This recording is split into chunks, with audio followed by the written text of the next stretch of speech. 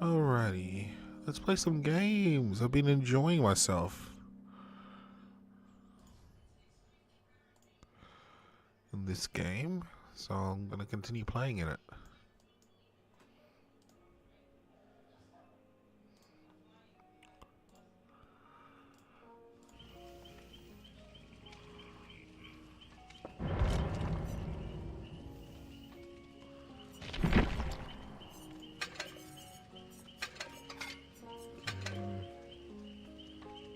I've got nothing on Kate, but I do like playing her.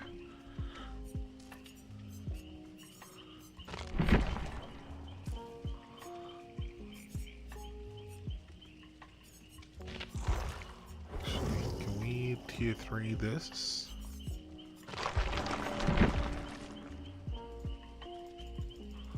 No, we don't have enough. Alright. That's okay, that's okay.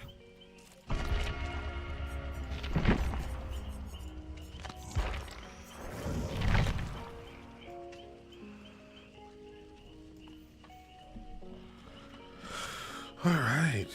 Let's hope the games aren't too terrible.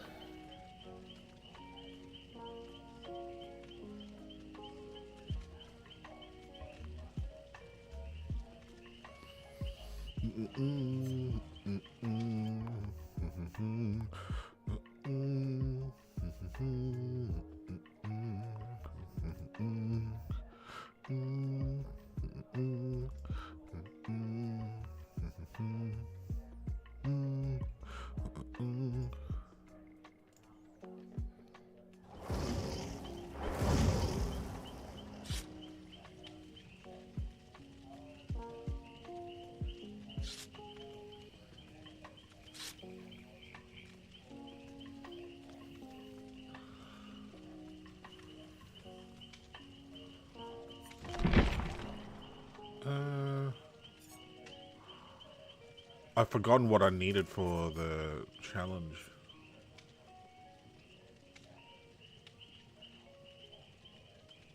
Yeah, we'll find out. I'll stick with any means necessary.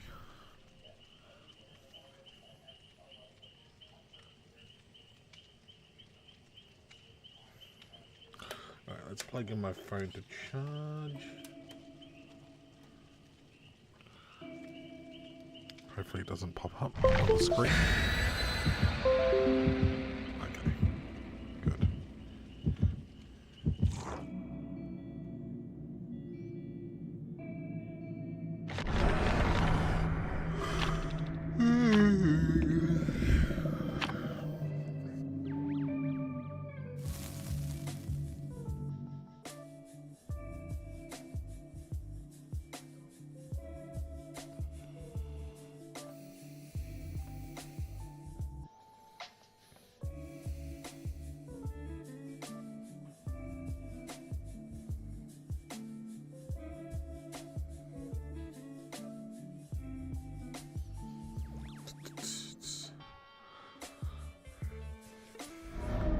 Ooh, haven't played on this one in a while.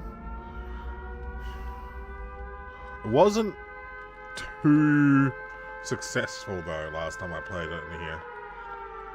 It was quite a stomp by the killer.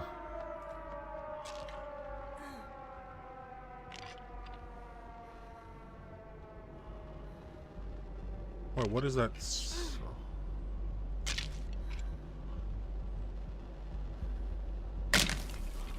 What is that symbol around us? Is that Chainme Boy?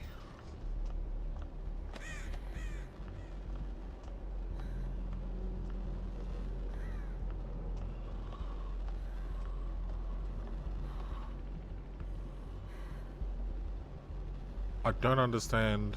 Oh. Who is that?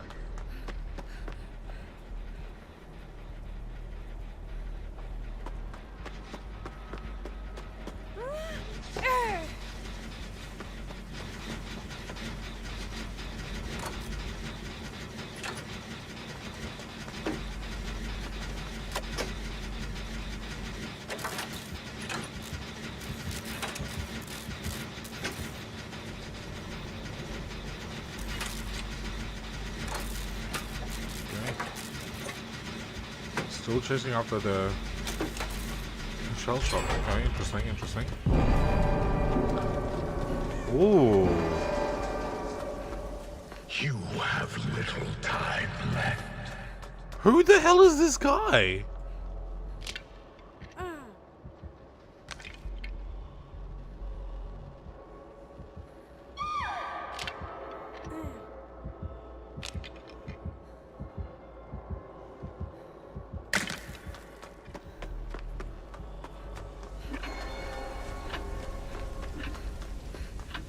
Enough games. Oh, basement? Okay.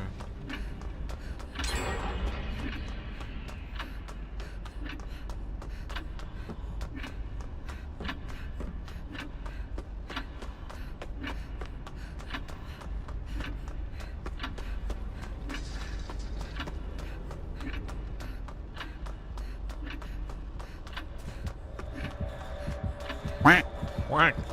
Mr. Underscore Sinks played Sound Alert. Quack for 100 channel points. I've never seen this killer before. Ooh. Quack. Quack. Mr. Underscore Sinks played Sound Alert. Quack for 100 channel points.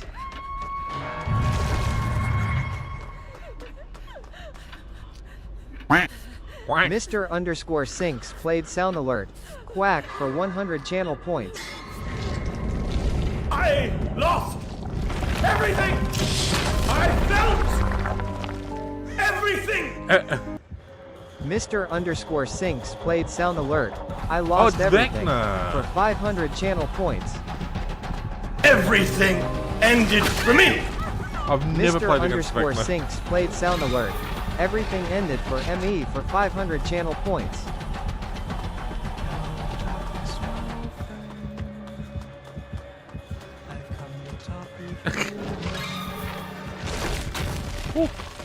Mr. Underscore Sinks played Sound Alert. Hello Darkness for 500 channel points. Quack. Quack. Mr. Underscore Sinks played Sound Alert. Quack for 100 channel points. Damn it. Didn't know he can teleport. Interesting, interesting. Inevitable.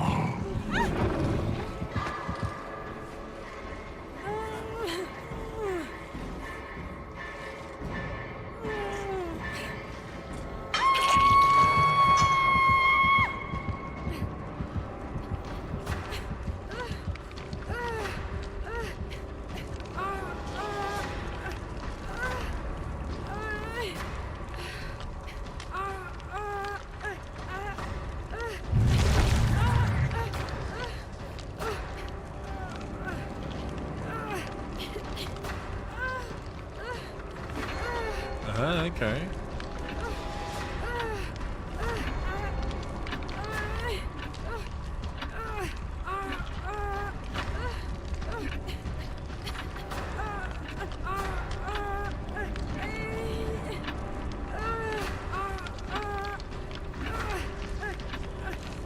Hello, friend.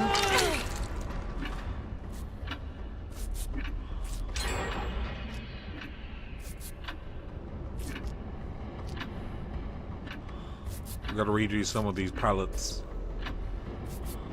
Hurry, hurry, hurry. Oh. Was I floating?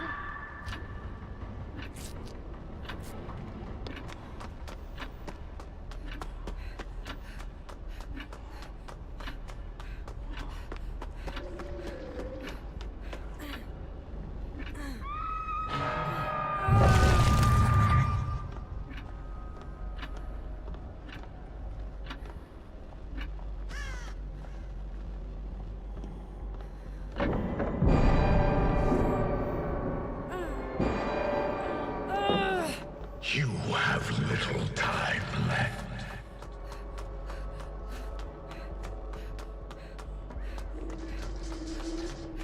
Let's go down. He hasn't opened this door. I'll unhook you.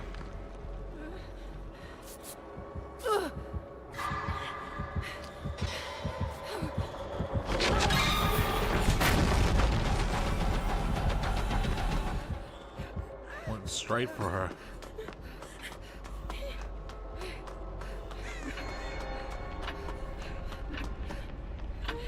You cannot run.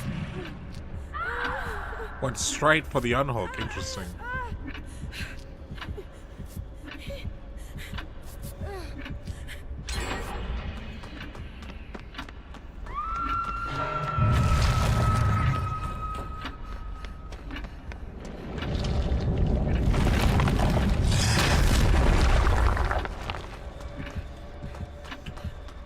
Went up to her.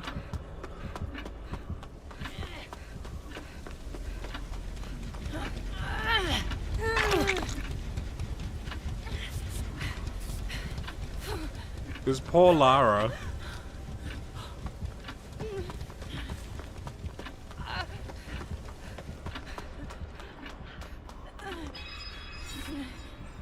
Oh, I thought it was a daily.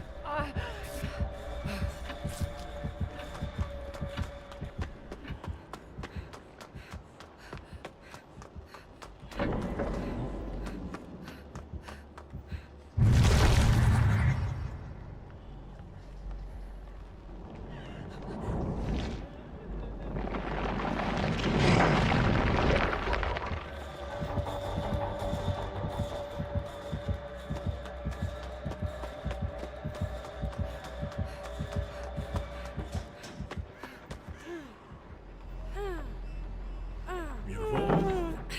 Beautiful.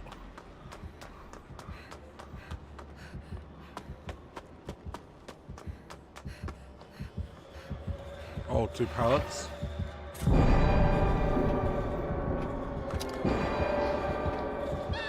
I am inevitable.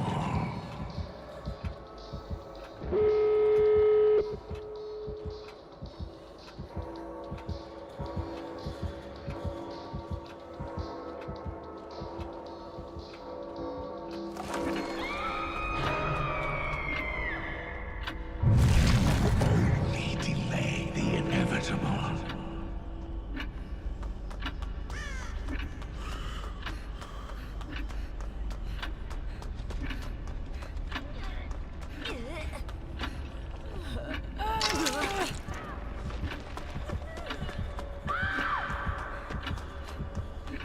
Oh.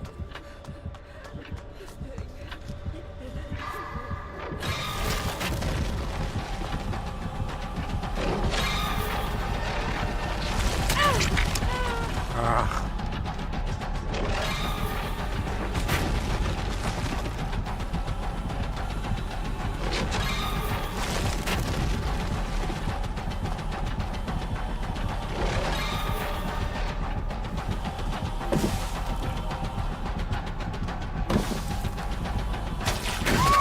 Damn. Unlucky.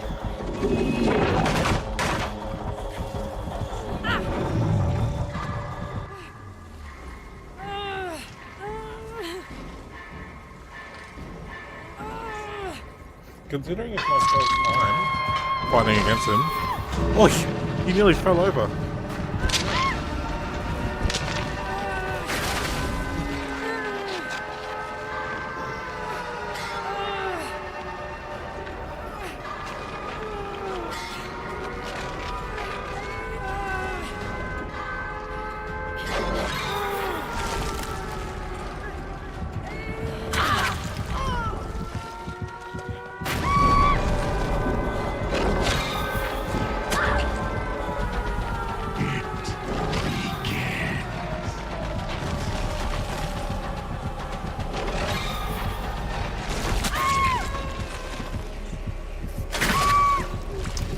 Unlucky.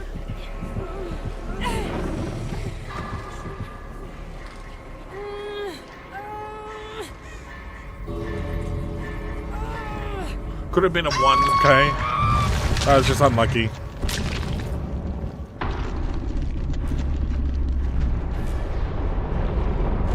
Yeah, just unfortunate that it's a 2K. Interesting killer to go against.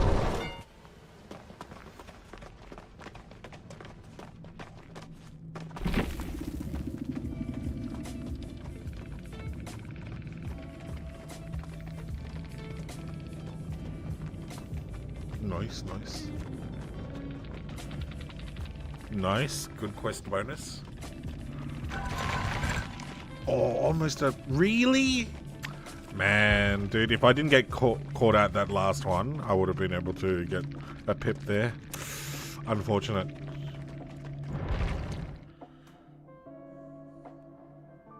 Very unfortunate. So close to getting a pip. Alright, let's see what my tome is. I didn't even realize.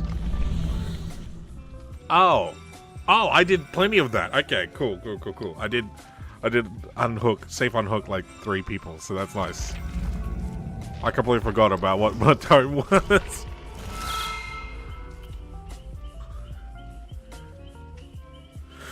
Whee.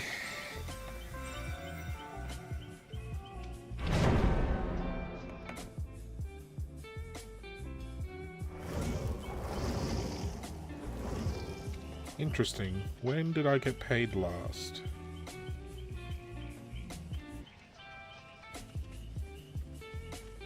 '18th of May. So why haven't I got... Hang on. What day was 18th of May?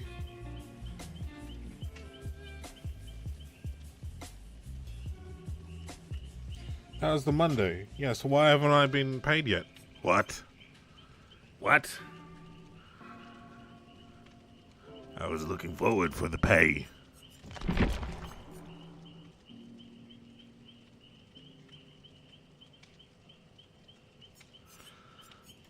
Is there anything that helps out with unhooking?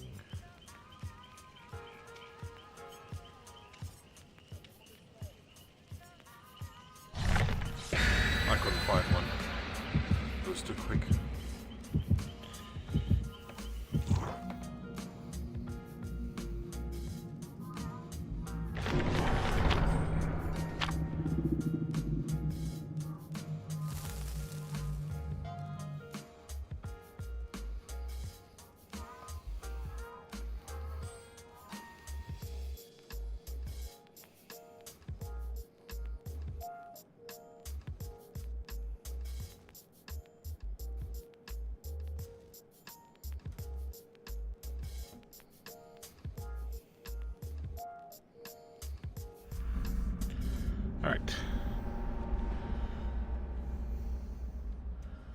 Alright, we are unhooking and we are unhooking. Alright.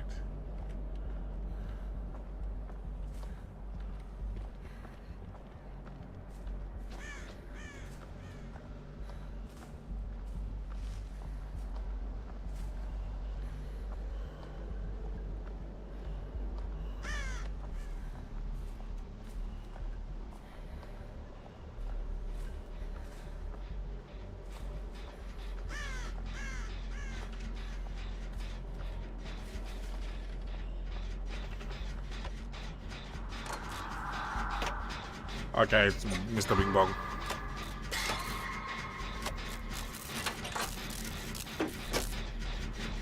Somewhere in the middle there.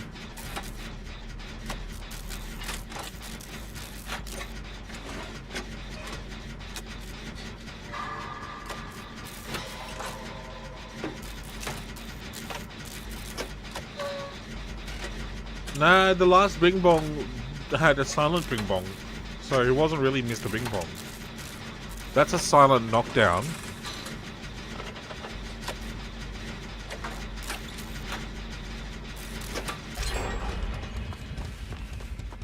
What's up like that silent knockdown? I know there is one.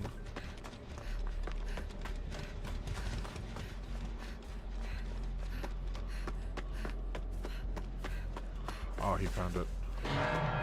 Oh, he found it. Alright, time to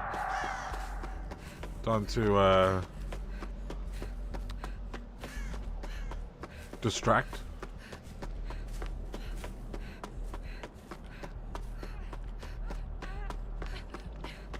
Okay, he found Dwight instead. Don't know where Dwight is, but that's a thrill of the hunt if I've ever seen one. What the hell?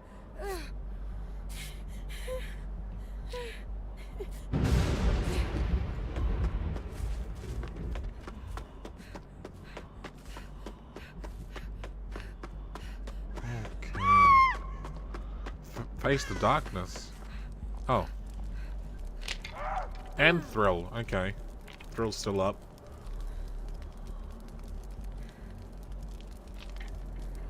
What does face the darkness do?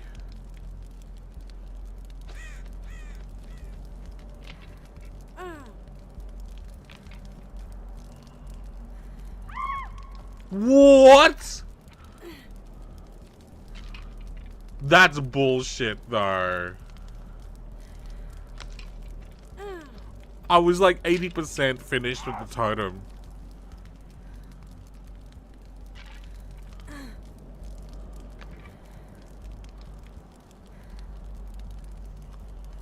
I need to look it up. I need to see what... My lord! This is an annoying build.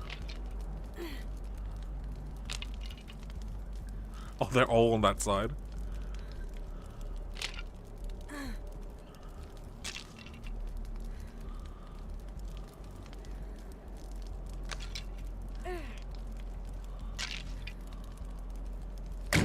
My goodness.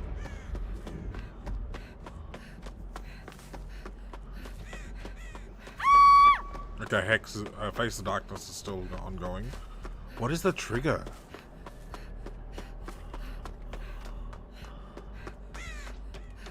I'm gonna clear this up.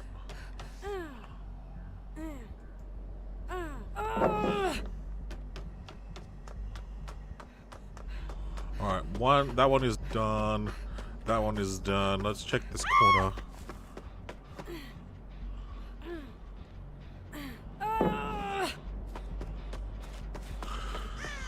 Dave's got the one he was looking at.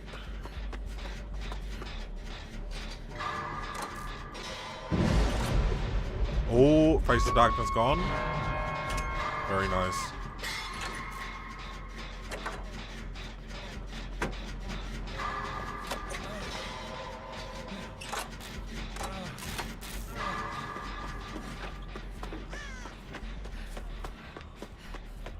I'm going for the unhook.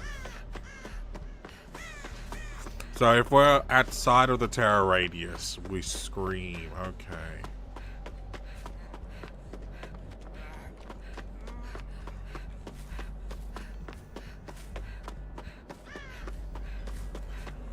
Looks like he's still chasing after the Dave.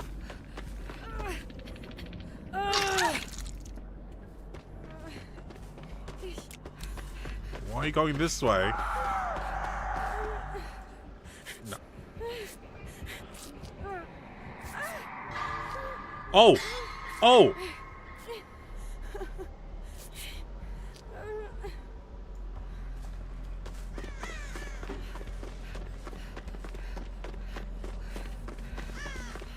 David just raised himself.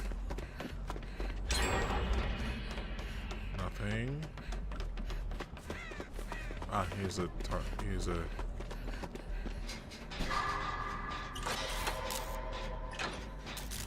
Oh.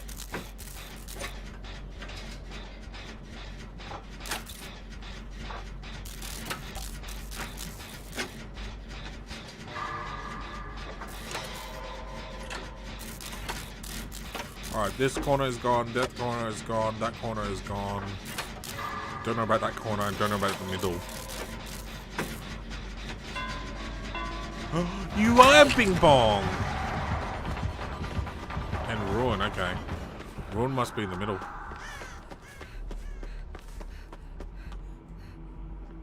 Chasing after her.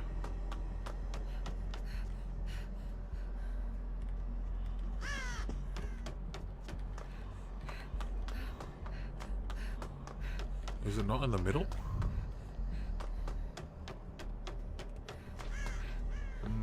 Interesting, interesting. So it must be in that corner.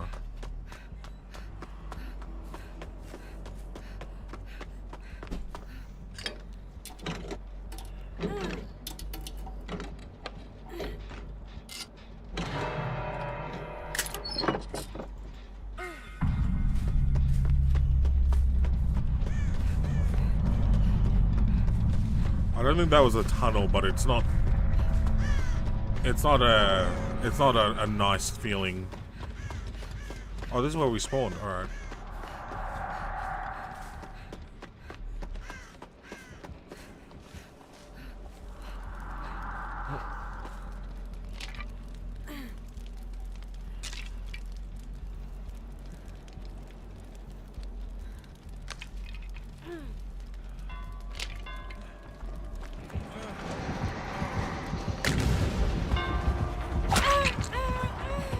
All right.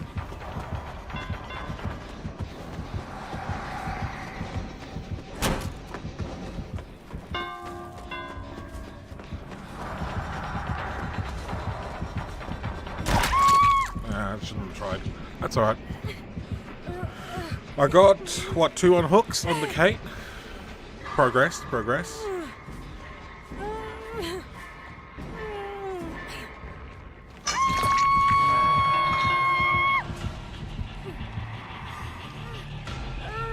David needs to go.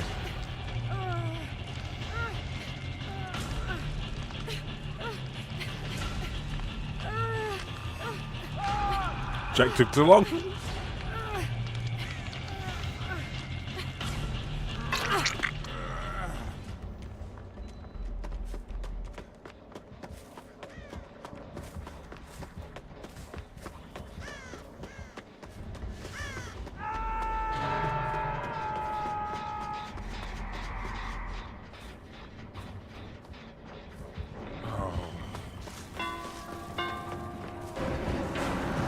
I got stuck on a wall. Oh well. I wanted to try and get the unhook.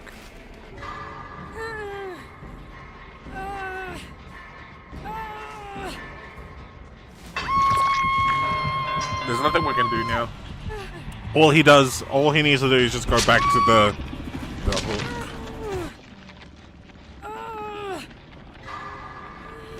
What? I forgot that my thing was M5. Yeah, so he gets a free hit here.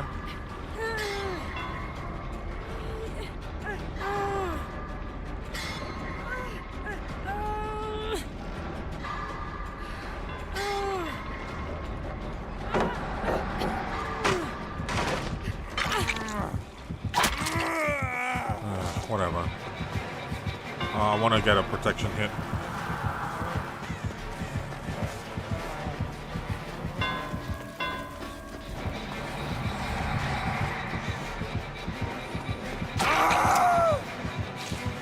I tried to get the protection hit. Didn't work out.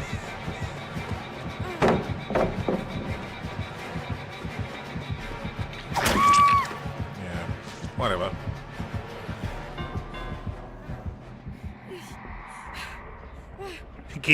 He keeps raising himself. He got blinded.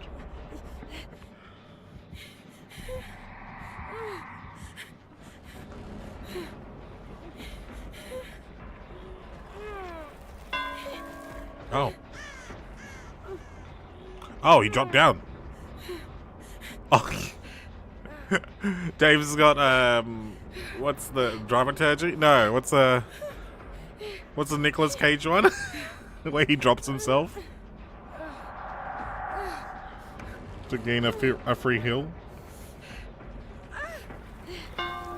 Yes, kill me. Thank you.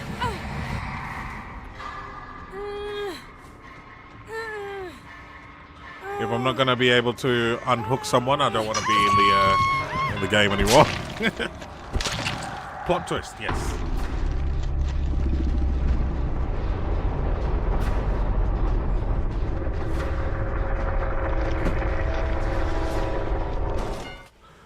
GG. I don't think that was enough for a pip. I think I touched 1 gen and that's it. It was enough for a pip. Alright. That's even better than I hoped for.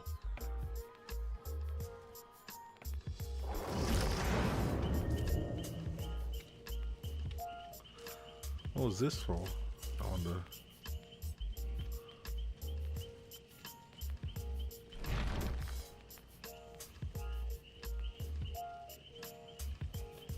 Alright.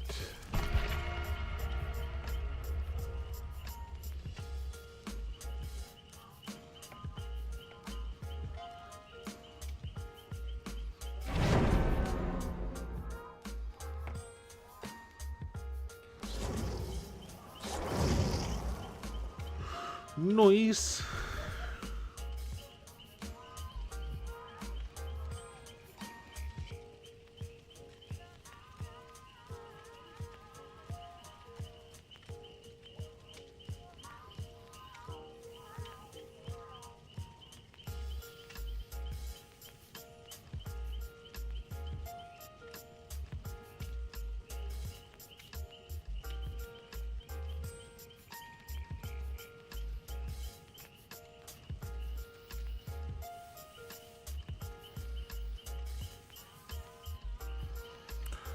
And I'm reading this webtoon, and it's a good webtoon. Like some really dark storylines, followed by really funny cultural references and skits and bits, and then dark storyline.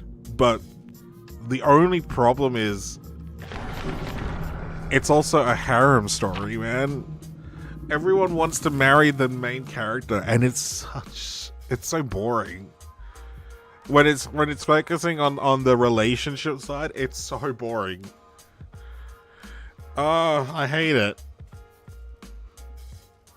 But of course they have to tie the storyline, the relationship storyline with like some of the allies, some of the female characters who are in feelings with the main character. That's how they're gonna get stronger, you know? It's for their love for the character.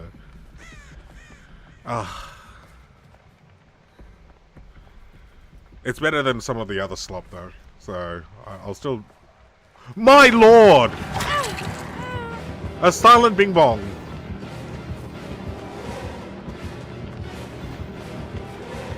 I was still thinking about the story, I was distracted.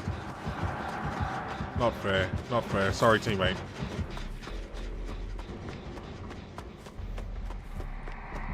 I just wasn't paying attention.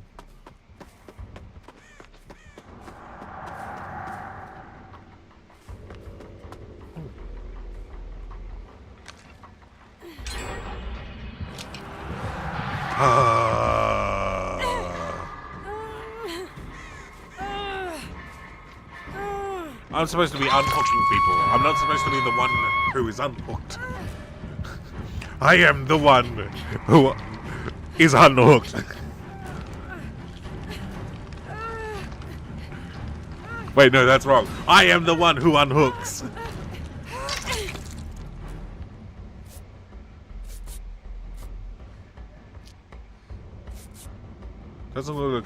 Doesn't look like he's coming straight to us, which is very nice. We got that going for us, at least.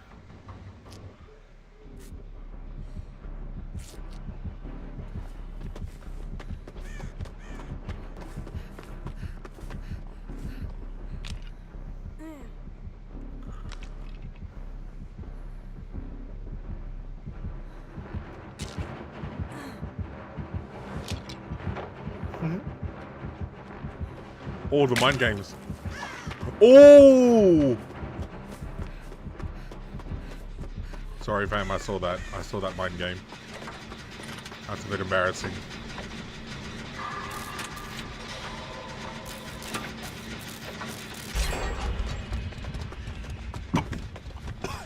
Don't worry about me, I'm dying. Totem. No, no totem.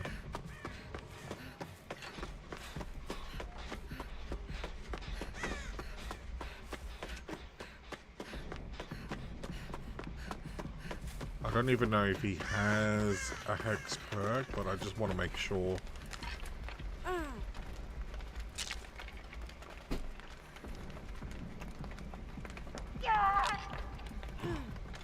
It's time to shine.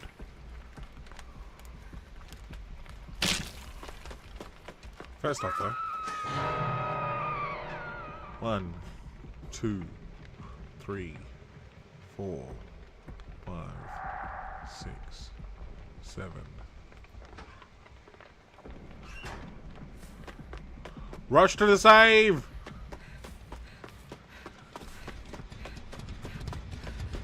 How many unhooks do I need to do? 10? This is number 5?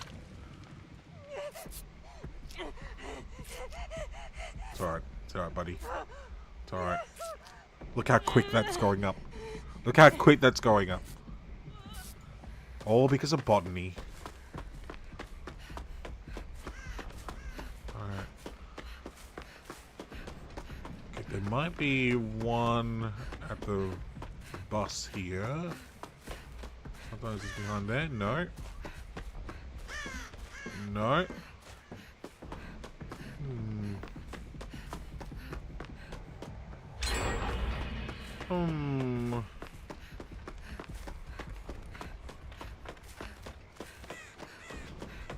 There's the totem.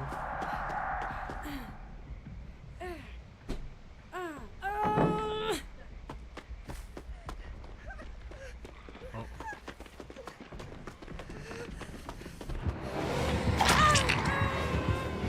I took a protection hit.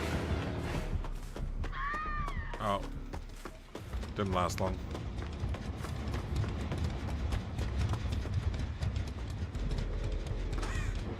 No one will know. No one will know.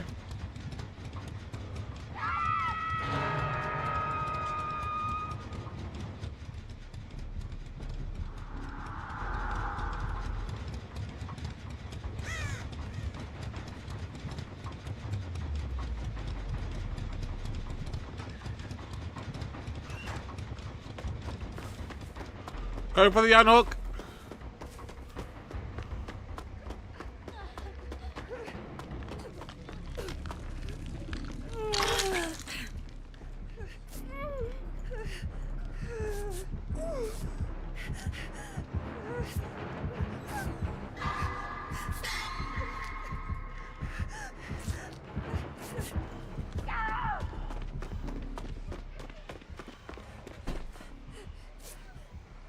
He's got the thing where you scream if you're doing a gen. Ooh. Ooh, I saw that bump there. Alright, I got the third thing there.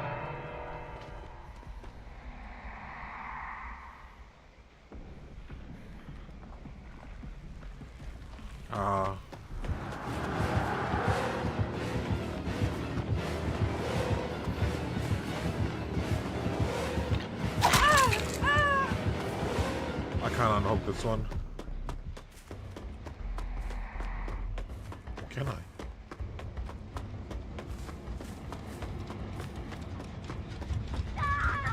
I can. I can unhook. What's that, 6 now? Oh, thank you. No need, I have own will, you don't.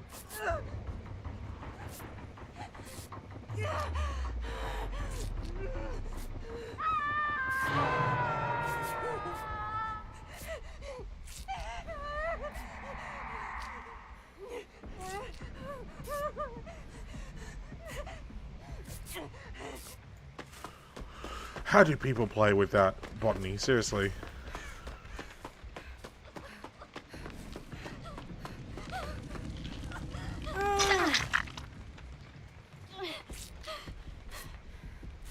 I'm getting all my unhooks, so that's really nice.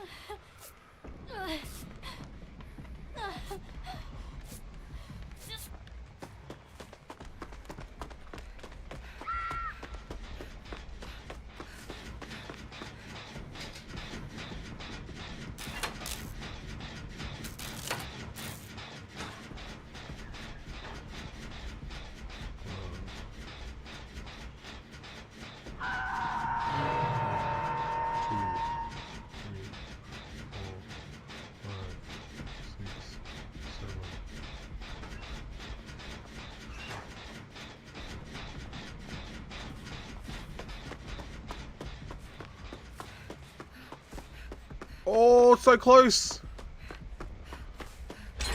Oh, they finished it. Although, are they both gonna die? Okay, just the lone angel. That's nice, that's nice. Honestly, goes for the Thori. Is that her name? Thori. I'm Thori.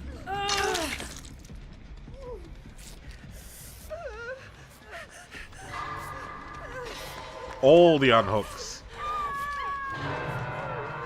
Unhook maxing. I am.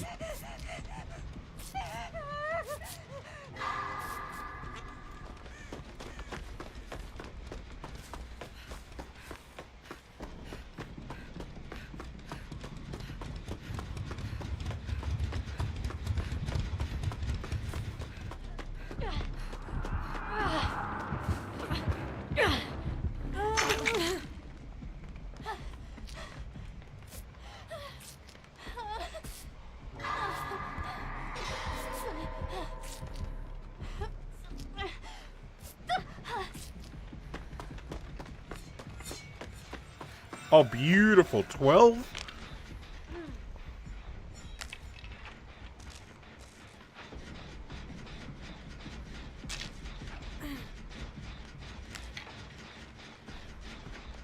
Well, that's 3 totems done. Hopefully he doesn't have, like, no head or something at the end.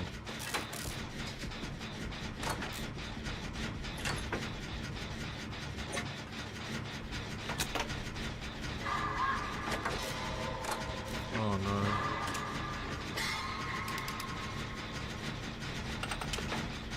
We're gonna scream.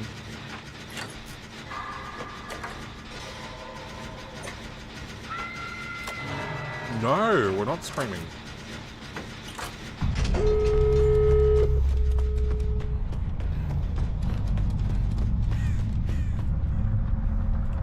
Ah, no way out.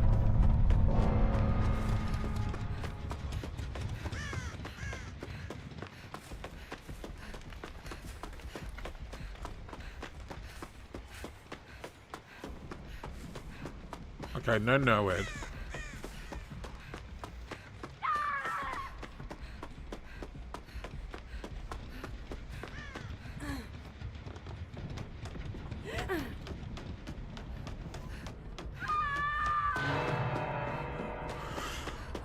Why not?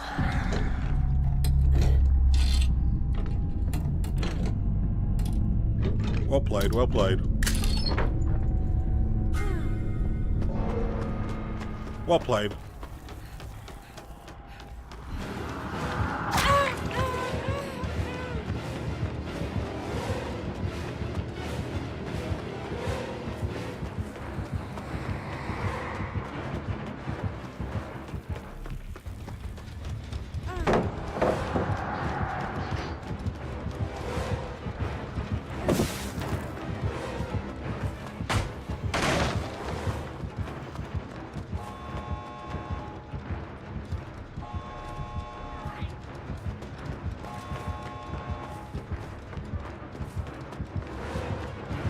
Ah, why would you stay here? Why would you chase after him? That's alright. Go on, save yourself. Oh no. She's not saving herself. Oh no, she's running away? Okay. I'll give her the maximum chance to get a hatch.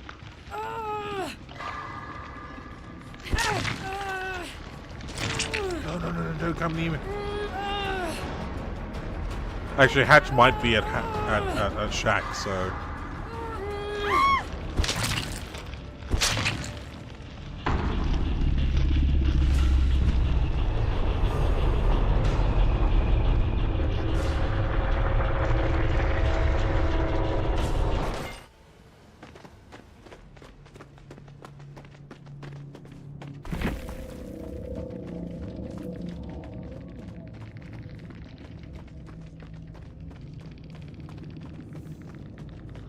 Alrighty.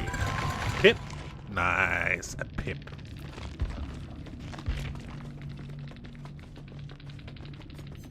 Oh, is Tori still in?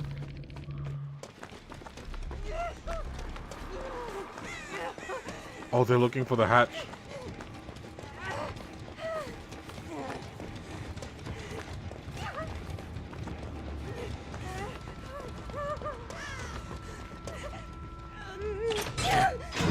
Oh, well played, Tori. Well played. GG. Very nice.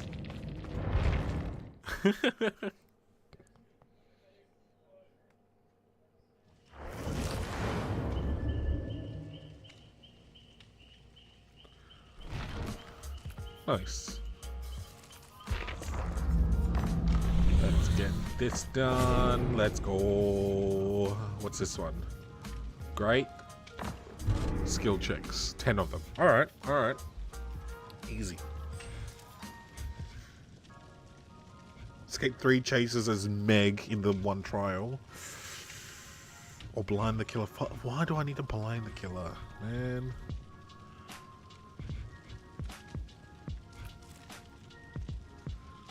I have to wait like... I have to be like really ass and wait until they like break a pallet, I think. Because I can't do flashlight saves to save my life.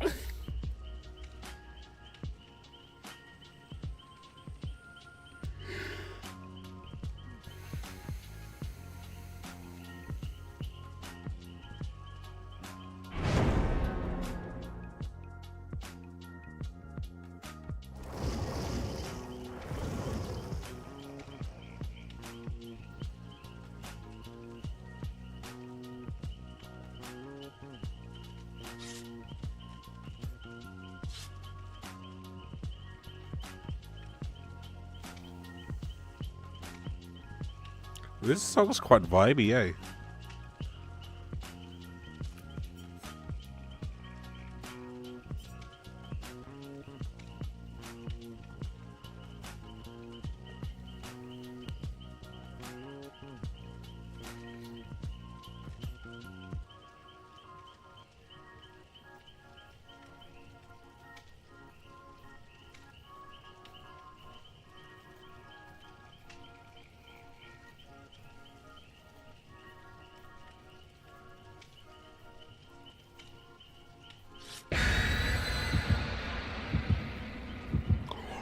I got paid. It was just late. Let's go.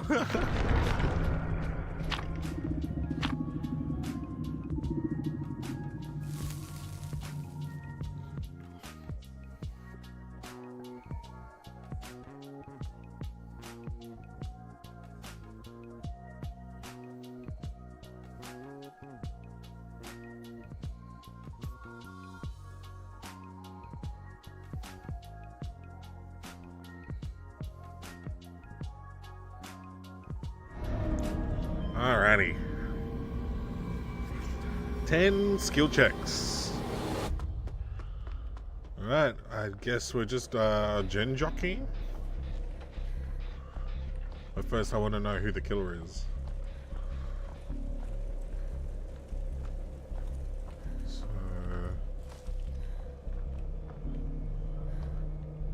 I am part of this poll.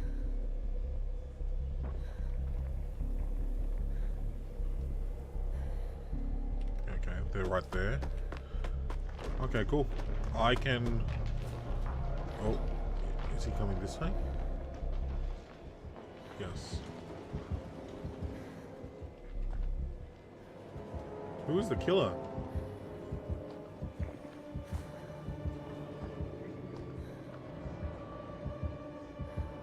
Oh, it's Ghostface. Alright. Alright.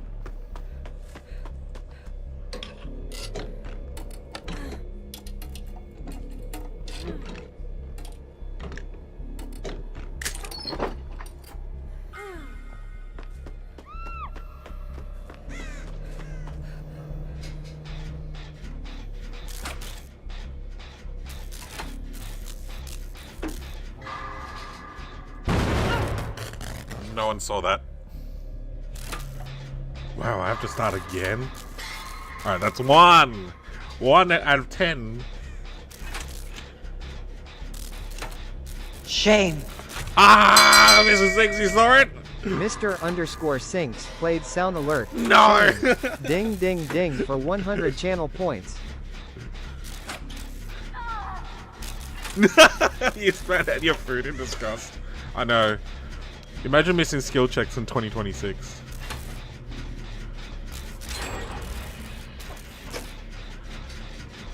Oh my goodness. The game's just not giving me any skill checks now.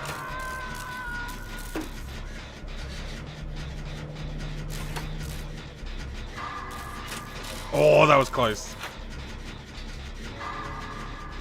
Oh, 2? 2 out of 10? Why is Feng moving so weirdly? Oh, it's because he's right there.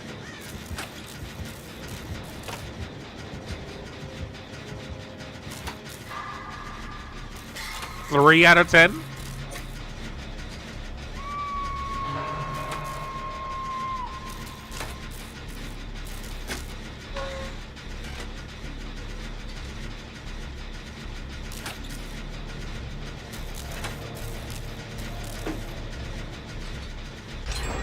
Okay. Okay. I'll get the altruism points, thanks.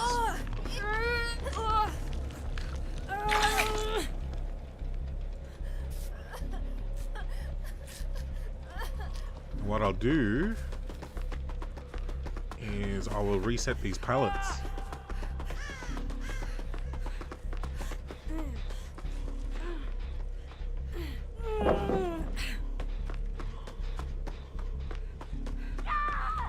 Oh my goodness.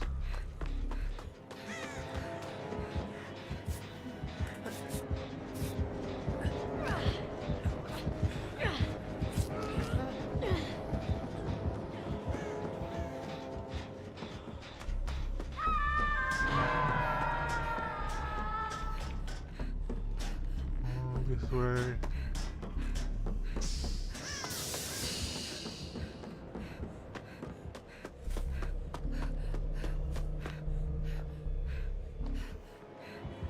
Oh, there you are.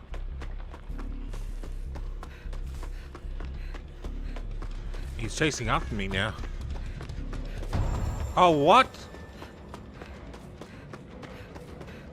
Where from, dude? I was so far away.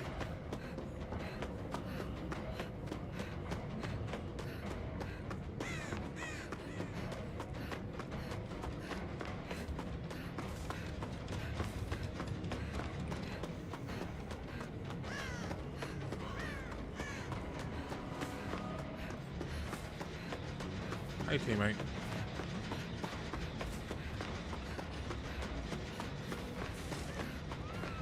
Oh no. She wasn't paying attention. That's not my fault. She wasn't paying attention. Not my fault.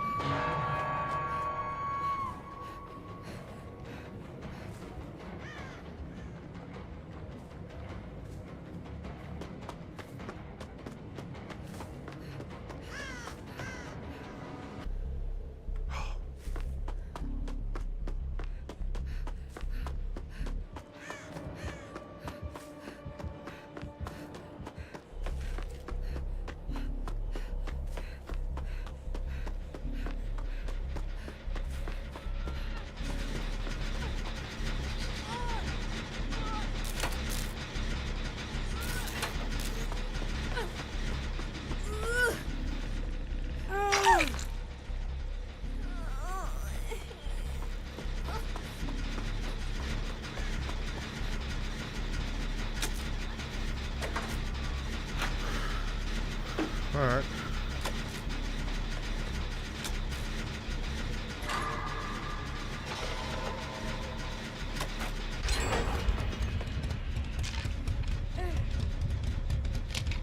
Alright, so there's the totem on this corner of the map. The what is it, the 730 of the map, if the ship is 12.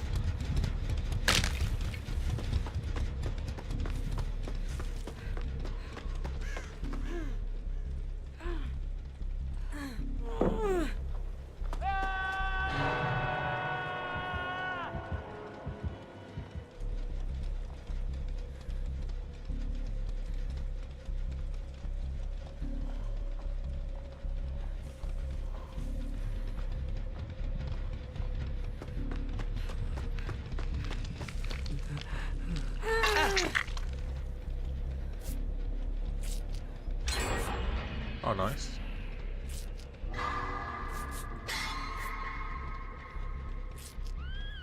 Not nice.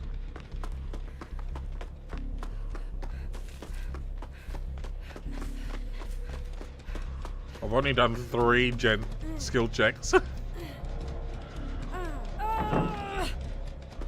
Because I've been saving people instead of actually doing the gens. Alright, this is the 4:30? No. This is the 3 o'clock one. So would this be the middle? Ah, no, it would be.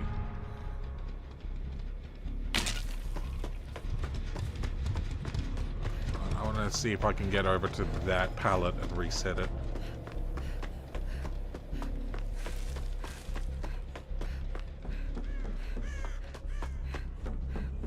Oh, there's 2 gens right here.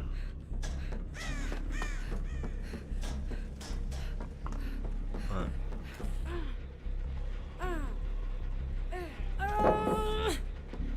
Hey, I reset that one.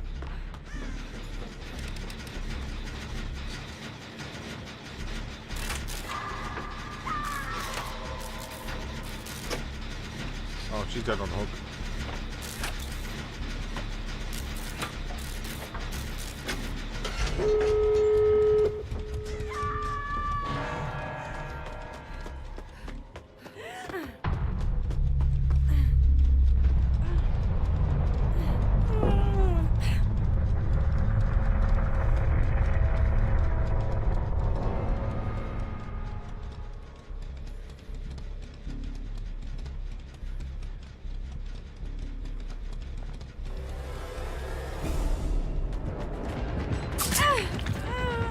Ouchie.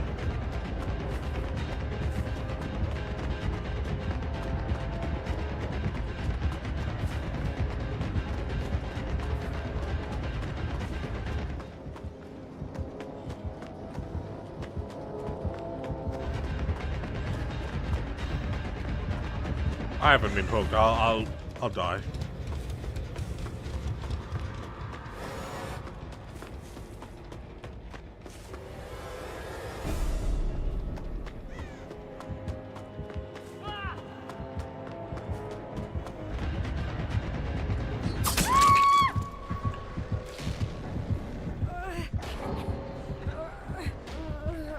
Why would you abandon right at the end when you've already gained all of the points?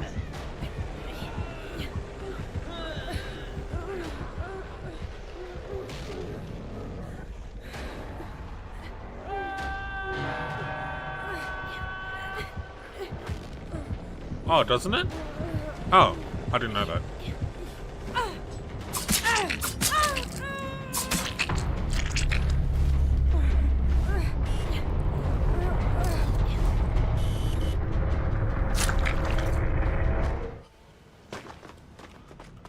Well, I only got to do 3. I only got to get 3 great skill checks that game. I was busy being altruistic. See, I got 10,000 points. Altruism because of it. Dang, dude. 87k game, though. That's not too bad. Did I get a pip? I did get a pip. 87k without any... Oh, there was a BPS. My bad. My bad. I was gonna say. That's quite a lot.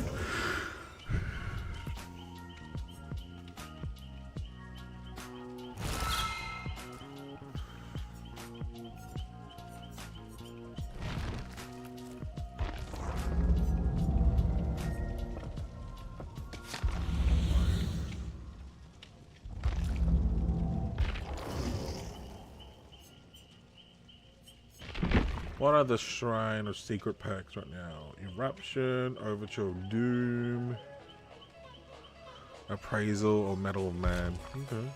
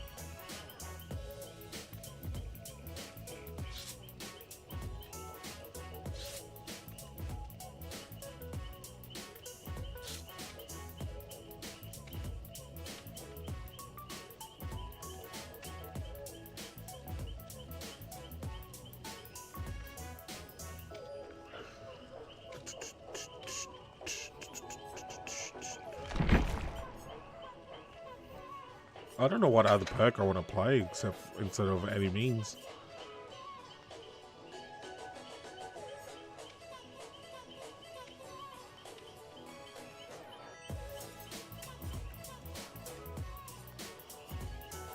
You know what? Let's be altruistic. Does that affect me? That affects me, right? That I affect myself, right?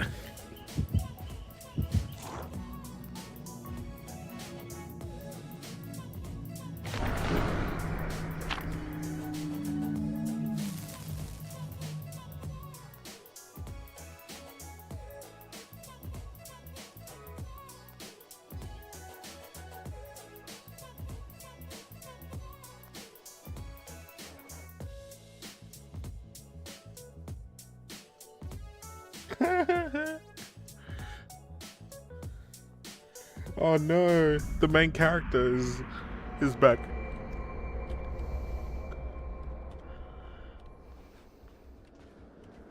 Ooh, we spawned quite far away this time. How very nice. Oh, someone's already running.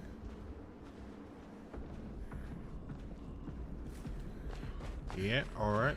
Oh, it's Dredge! Alright, there's basement in here. Basement is in here, alright.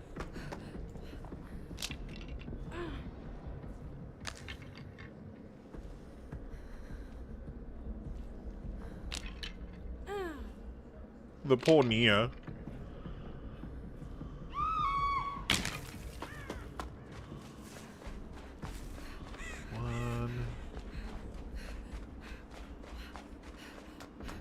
My goodness, what is this? What is this placement of Jen and... That's 4. Jen and Locker. Alright, let's go for the unhook. No totems on the bottom there. Oh, there's a totem, alright. That's a 430 totem one.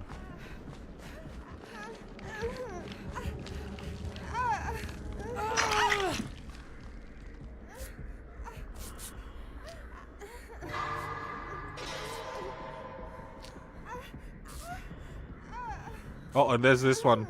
This is the 130 totem. Oh, we've had 3 out of 5 totems.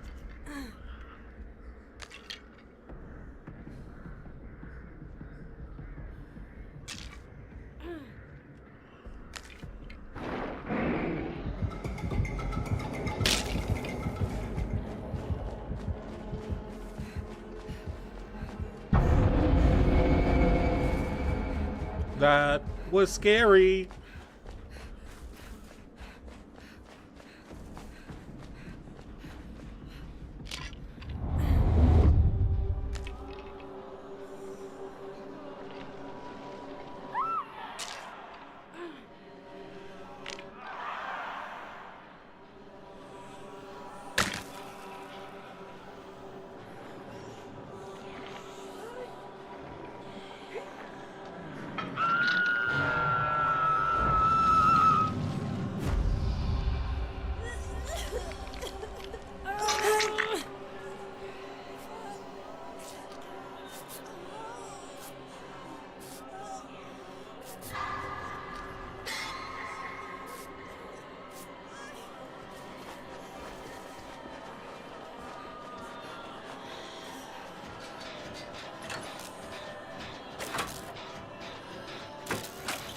Alright, 4 out of 10.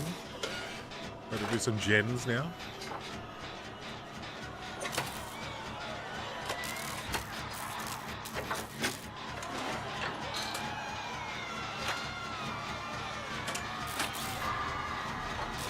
Ten.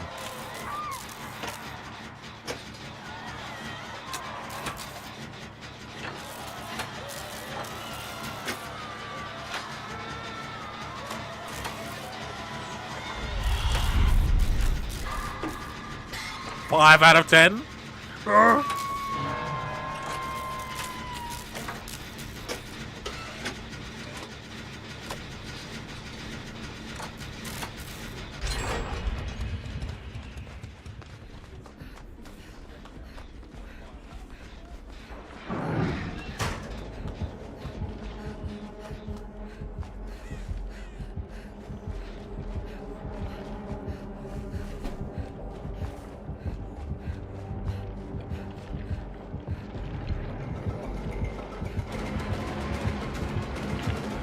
I got hit.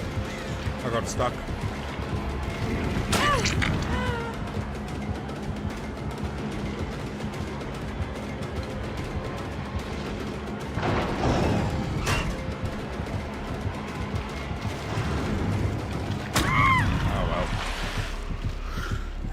Well.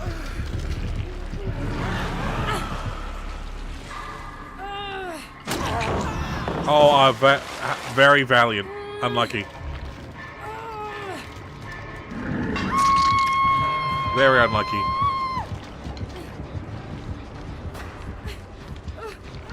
Yeah, that's a pretty good skin.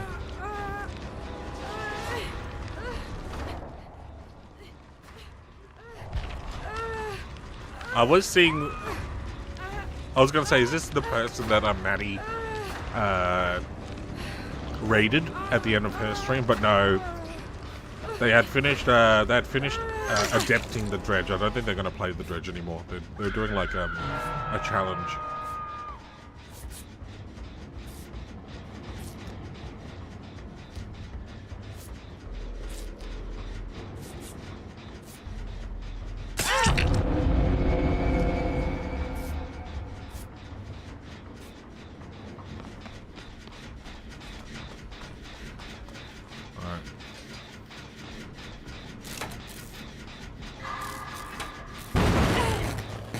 No way that wasn't a...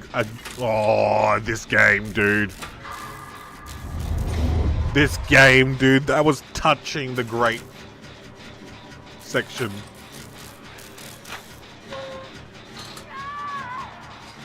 I got bullshit. How does that one hit? If the first one didn't. Oh my goodness. 6 out of 10.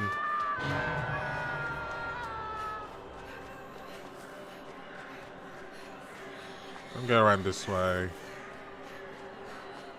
Oh, I didn't have to go around this way. 6 out of 10. 3 out of 5 totems. Oh, there's the 4th totem.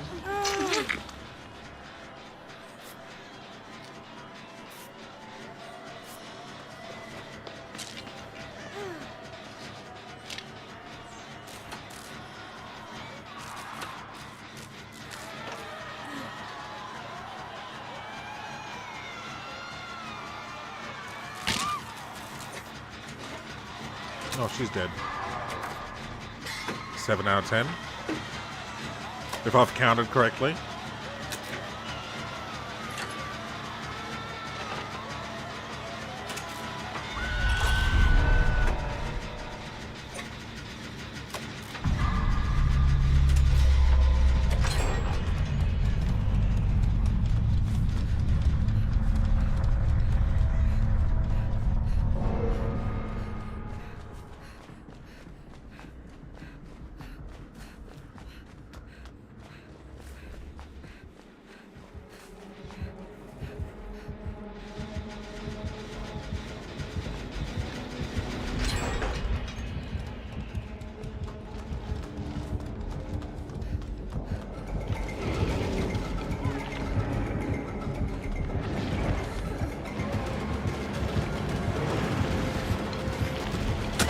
Ah!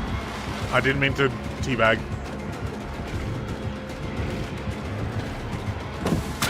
Okay.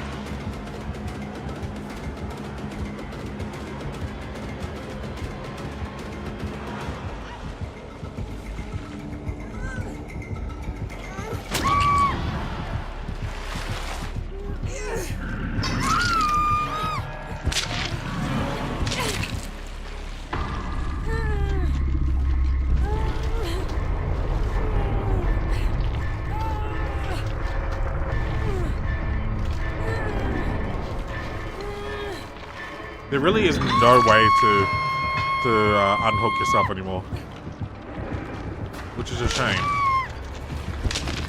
Not to unhook, to shake yourself off anymore. Oh, she's been seen.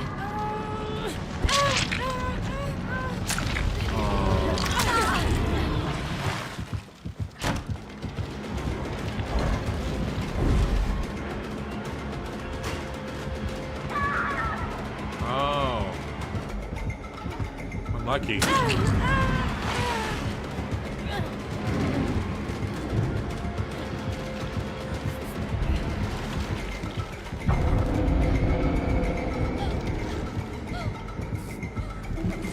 I'm getting the hook. I'm getting the heels. Ah, damn it.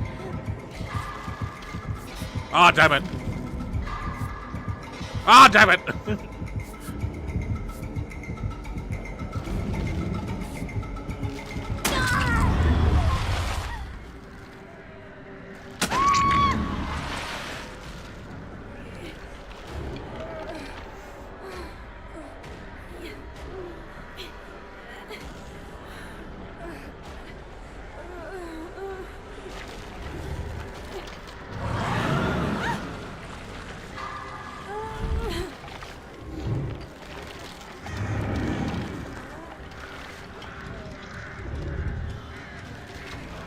Go. Unhook me. Oh. Oh, that. Fine, fine. Oh well. Great progress on the mission there.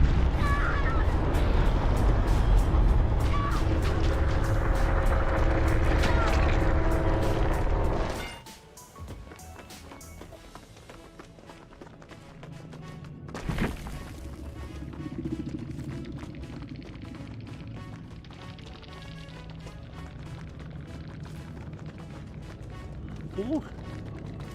Quest bonus.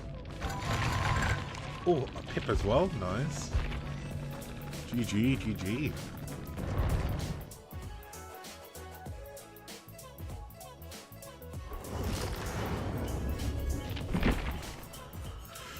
We got Tori at least to Prestige 3, which is nice. I don't deserve such a fate.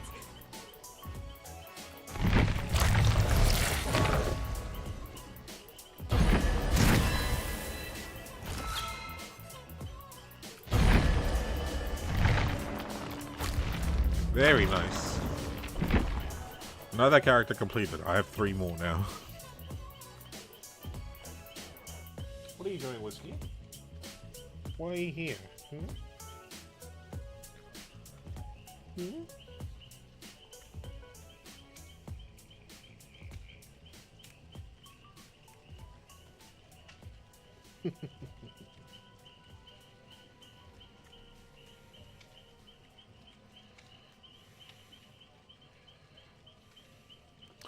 My dog loves a head scruffle, man. He can just sit there for like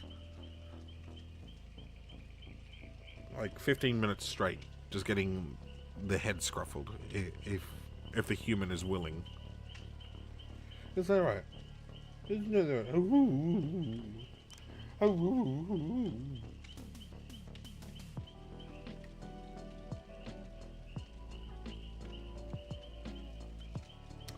You're so derpy.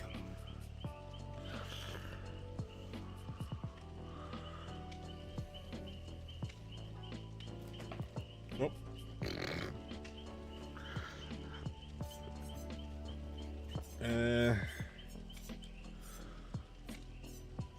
Who did you say? Sable still has the best hook screen? Alright, let's play Sable for a bit.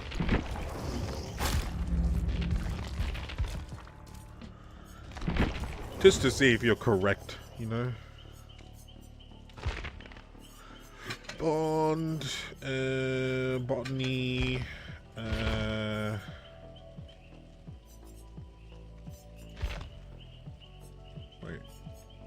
wait a minute. Oh, Iron Will's right there. I was blind. It's alright.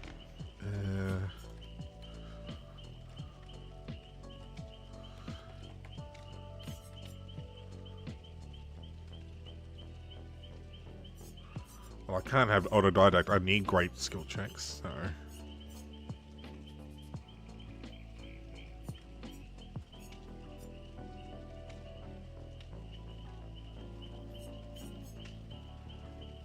Oh. Ooh, if I'm injured quite a lot. Not that I need any help hitting greats, because I am great at hitting greats. But you know, just in case. It is so cold today. Oh my goodness. I am trying to fight myself from shivering, but I'm also trying to make sure I'm not using the heater as much as I have been, you know. I want to play with the team, you know.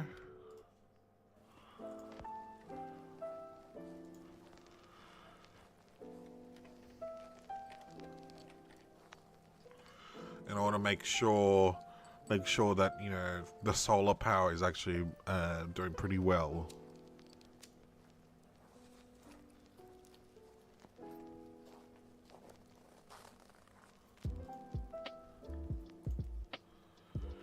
Her voice actress did a great job. We'll see, we'll see. Do I have any customizations on her? I have the red, and that is it. That is it. Literally.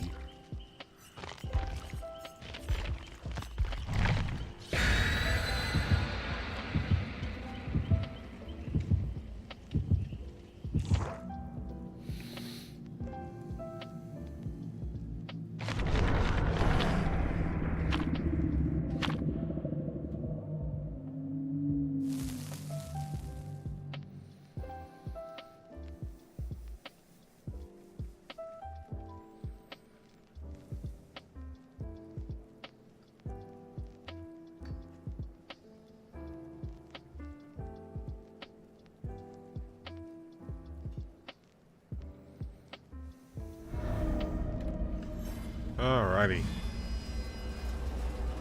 What is it with this game and spawning everyone in this corner, in this dead corner? Oh, I saw that, Fengmin. I saw that. Alright, he's up there.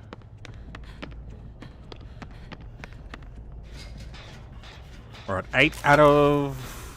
Oh no, he went back there. 9 out of 10? No, 10 out of 10. Alright, who is that? Oh, it's Hag.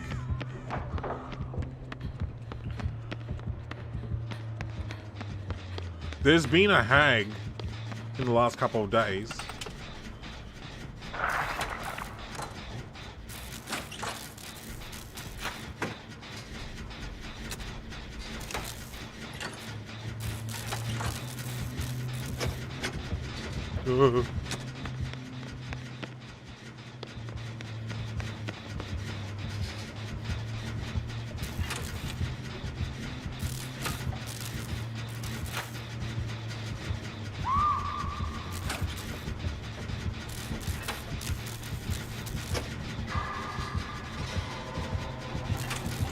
Oh.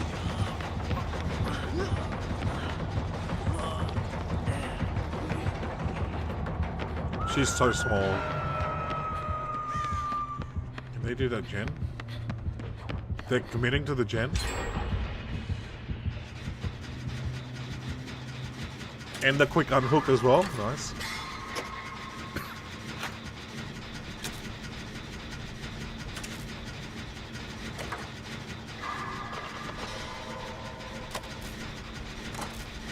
If we can get this done, that's 2 topside middle gens done. That's really good. This early in the game. We just need to look out for hexes. Totems. That opens up the map a little bit.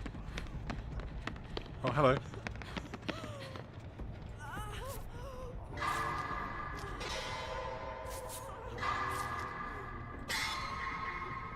So speedy. So speedy.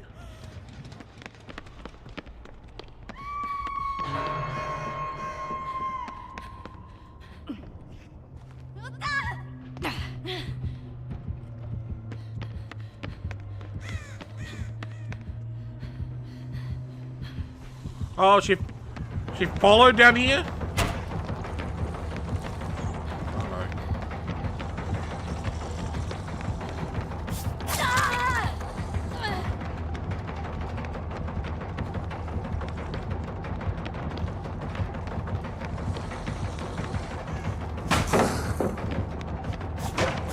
Okay.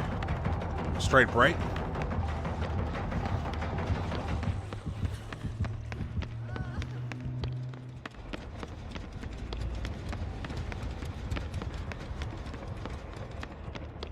I didn't expect it to go all the way down there with me.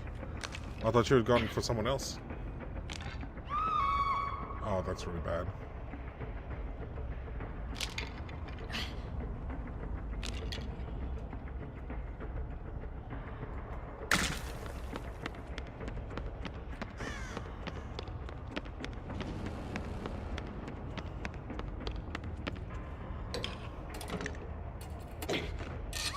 That's a full-on South Hill gamer right there.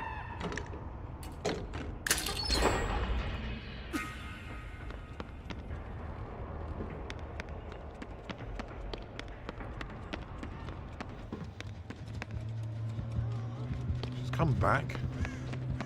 She comes back so quickly.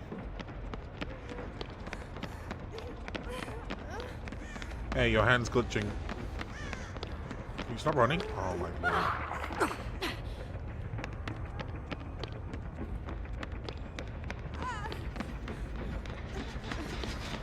Fine, we'll do this, Jen.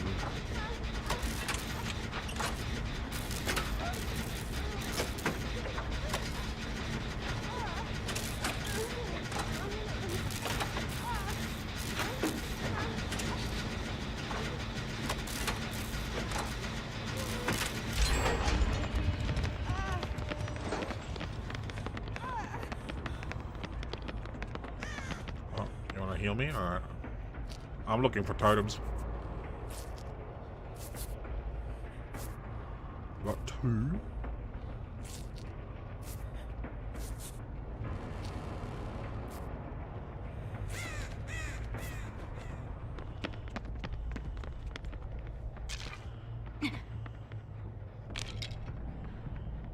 Oh no.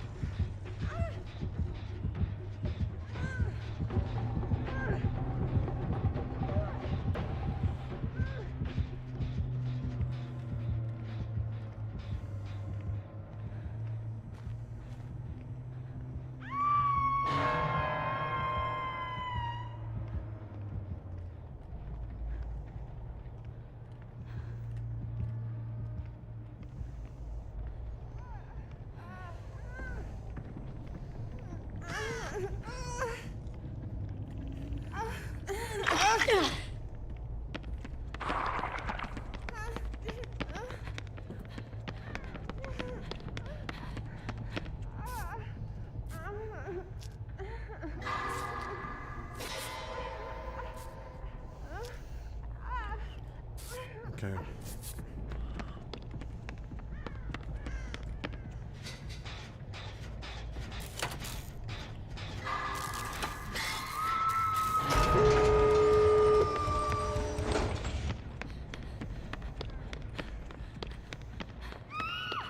Oh no.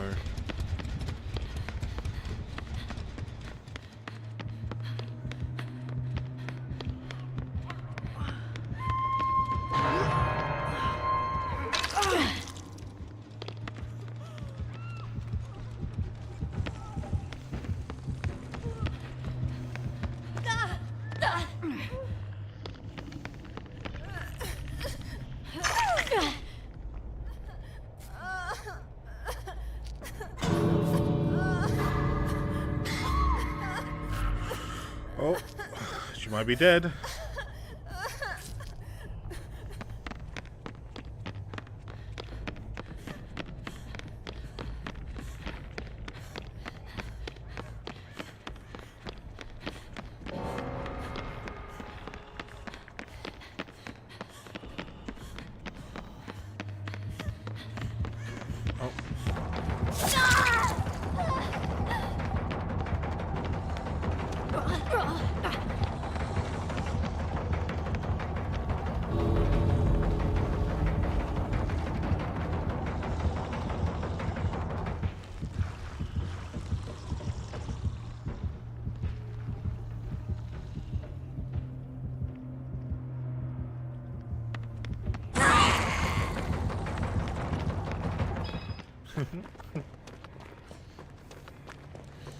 Alright. Okay, I'm warmer now.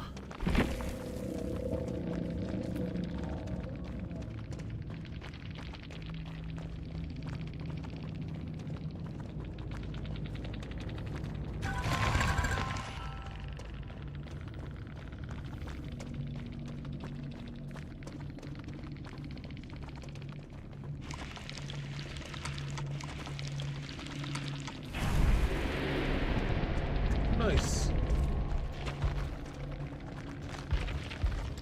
Oh, a double pip. That's really nice. That's really nice. GG. Where's Toto?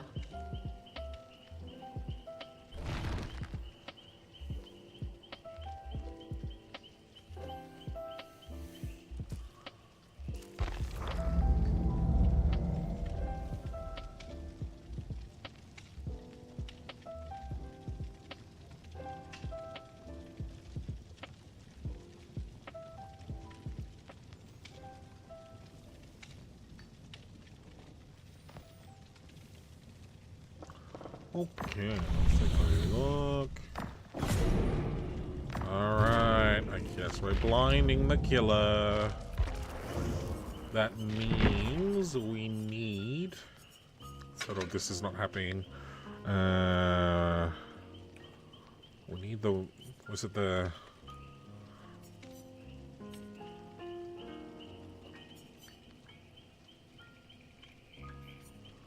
Blast mine, okay.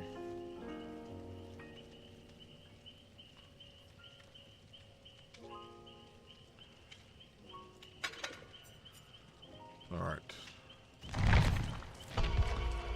I guess we'll go for that one.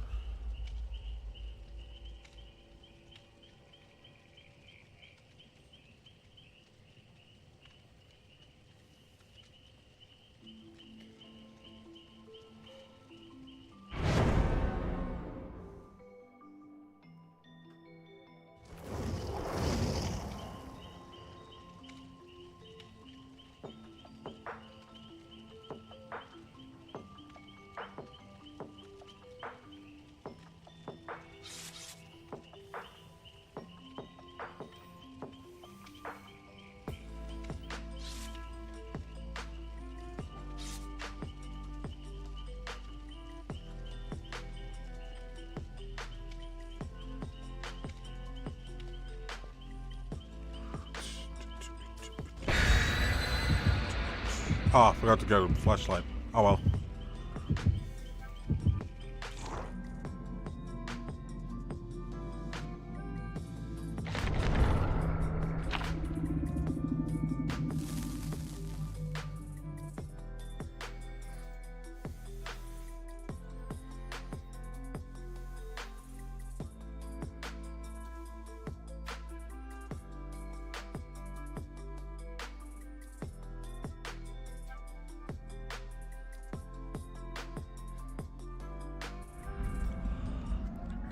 Oh, minute again? I have to blind killer, so I've got 5 times, I think it says.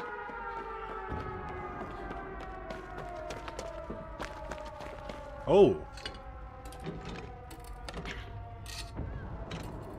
Oh, it's Crow. It's Crow Lady.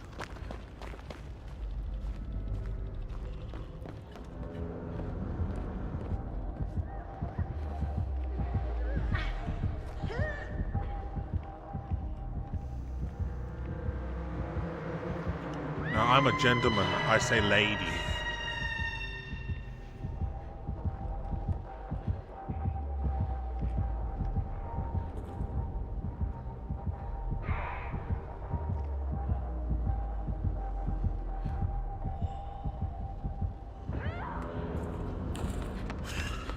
Okay.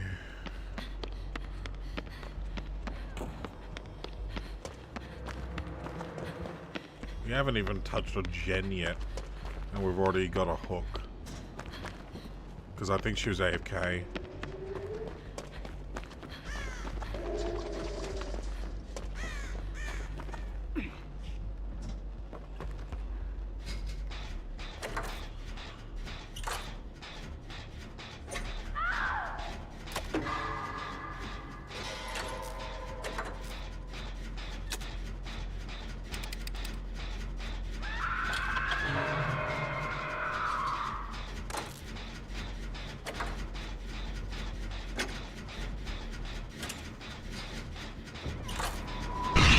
Oh, you're kidding.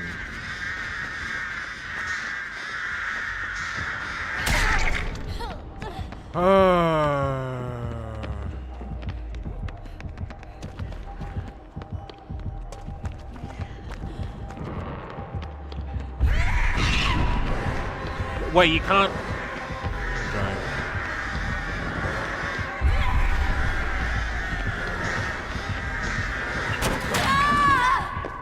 Whatever. Let's reset up off this map and off this killer.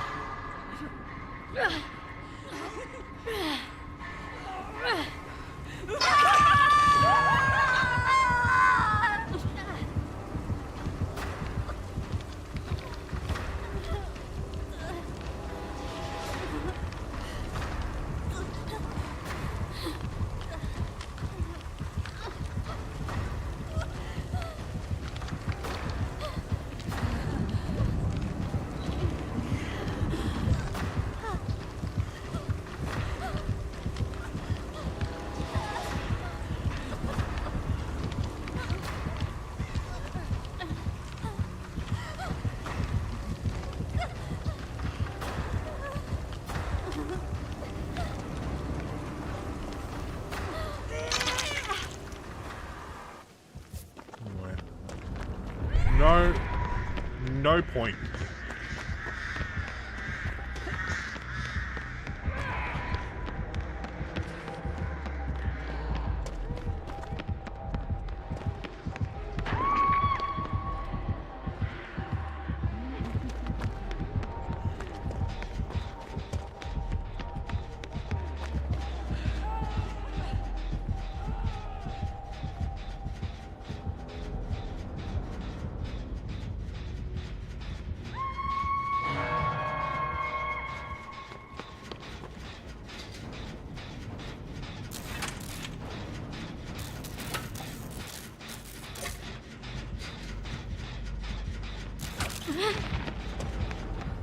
Tin Man switch as well, bruh.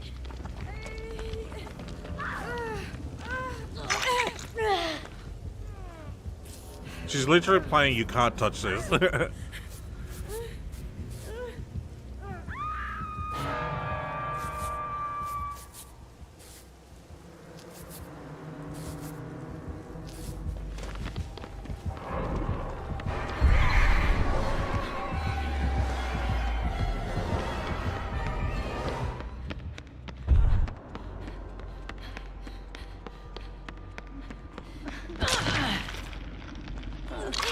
Oh no, you don't. I'm getting my altruism points from you.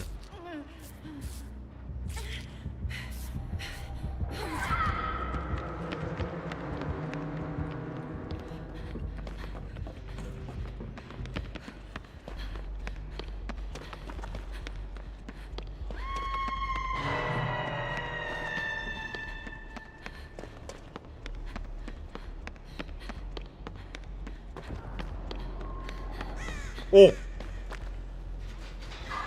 I was lucky.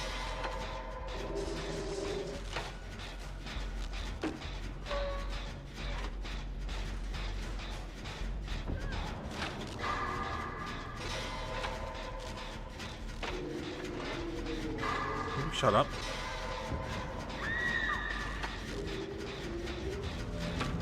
It's a really good map for hers, because there's a lot of, like, long hallways.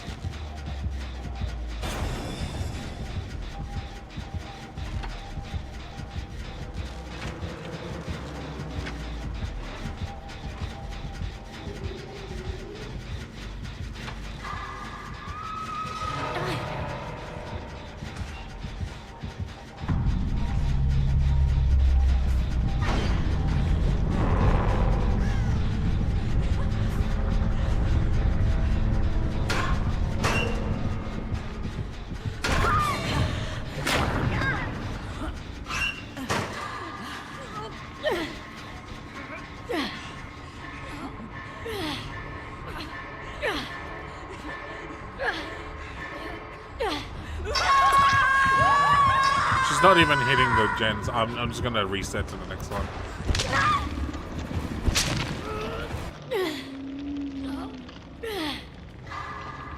There's no point.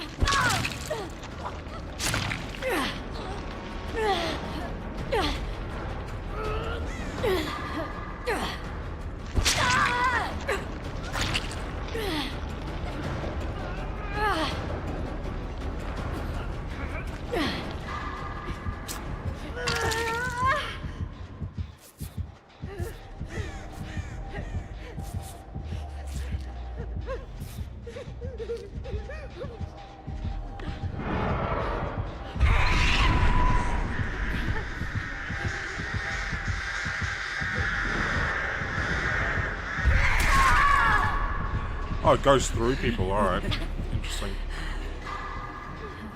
That's another change.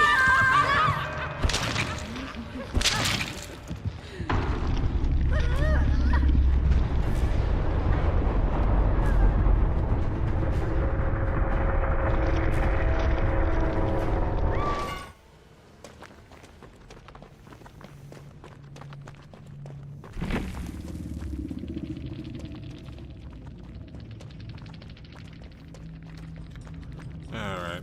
Let's try that again, shall we?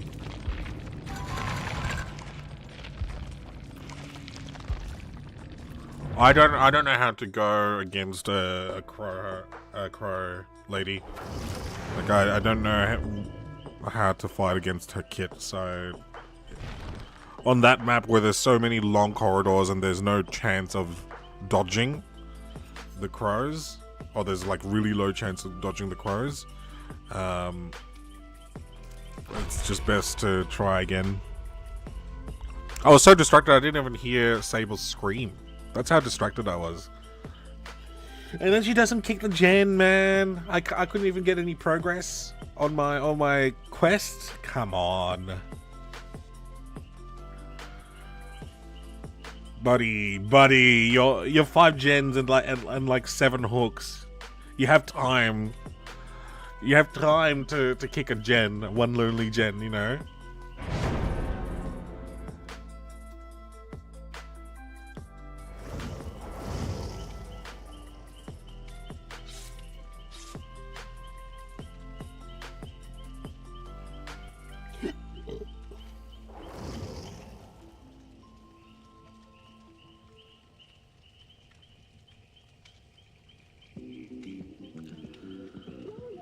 Okay.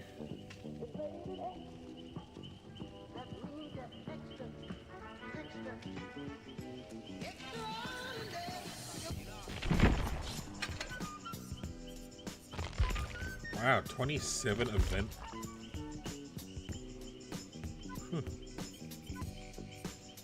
Hold on.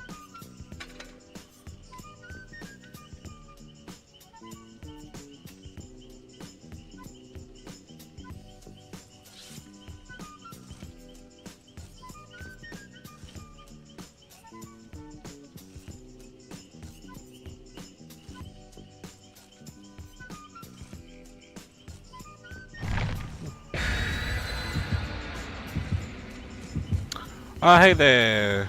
I don't know what your name is on TikTok. The name of the game is Dead by Daylight.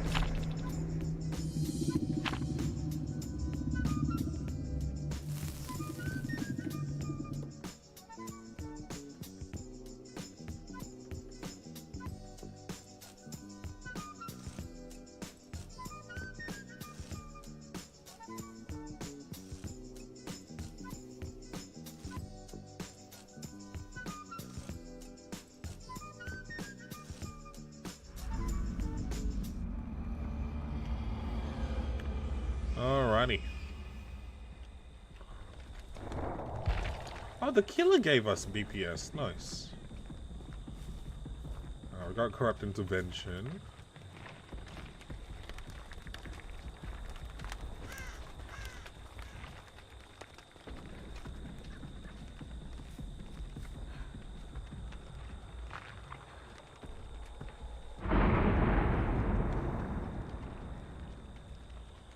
Oh, okay.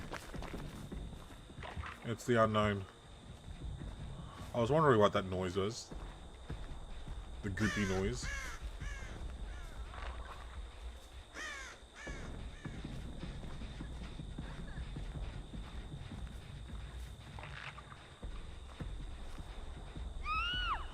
Oh my goodness. He's a sniper.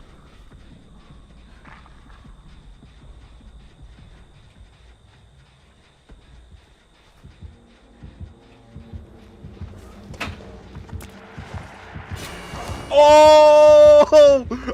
My second flashlight save ever. Yeah, that's fair. That's fair.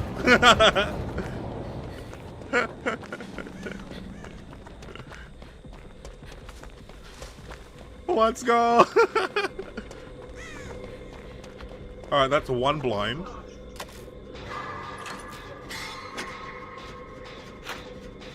Have you had dinner today? Because I got paid. I don't know yet. I'm in the middle of the game.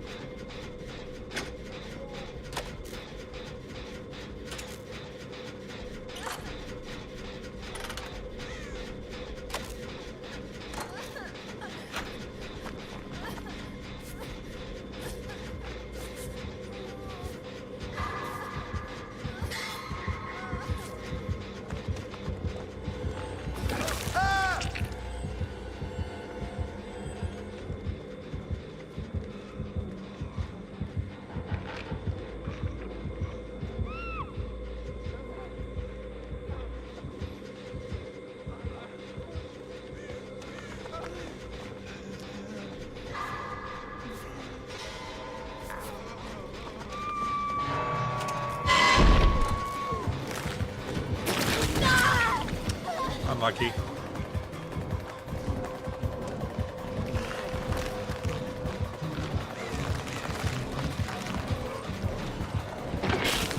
Oh! Nice. Well done. Oh, he's very snazzy with that skin. Wearing a suit and everything.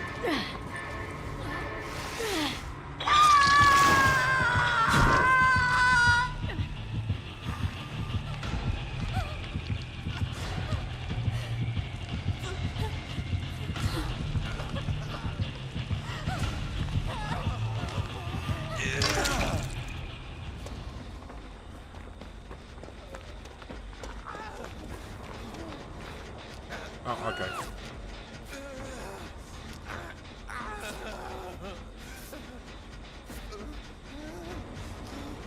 It's so slow with that botany. Look how strong, look how slow this thing is.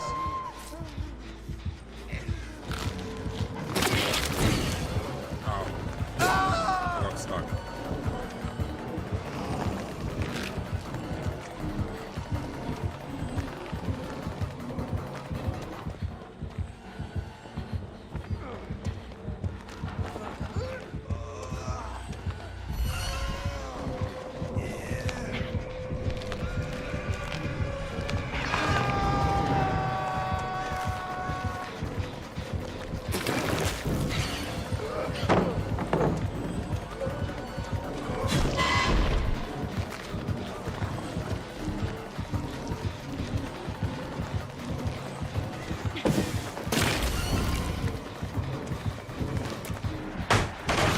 That's two.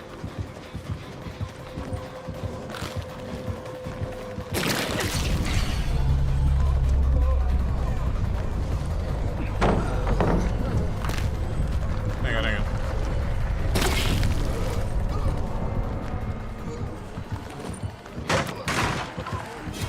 Three.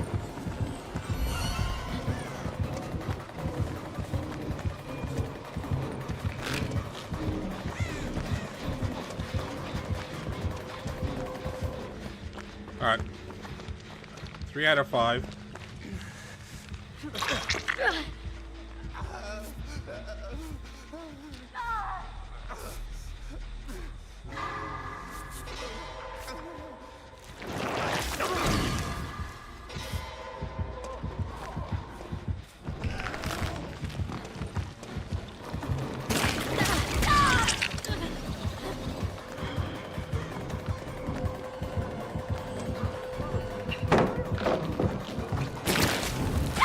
I ran into it.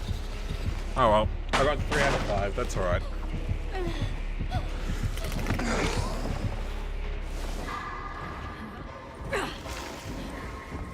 I didn't realize that someone was already dead. Let's just get out. Let's go to the next one.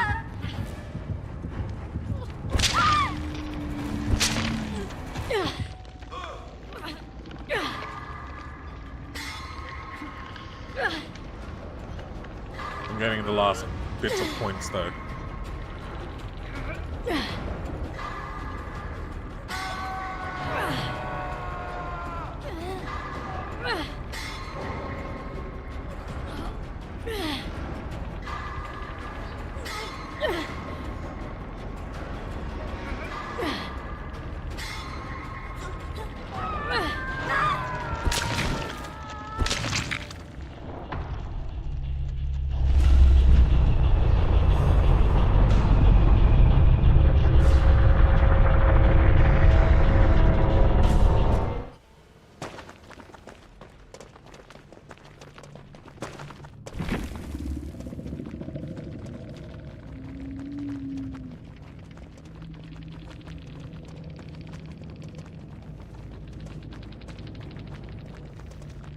Alright.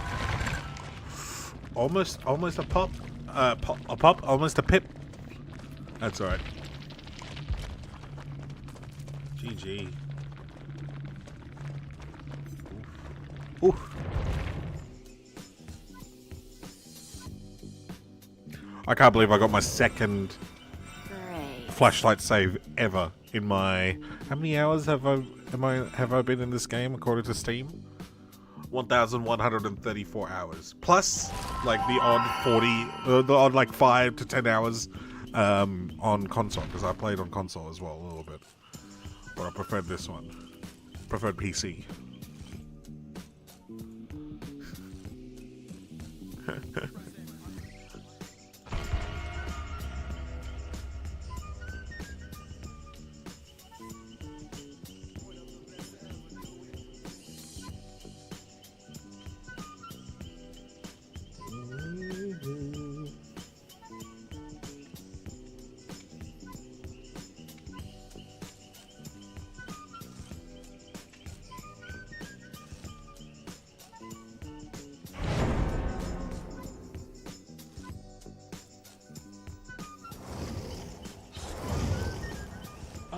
Got another TTV.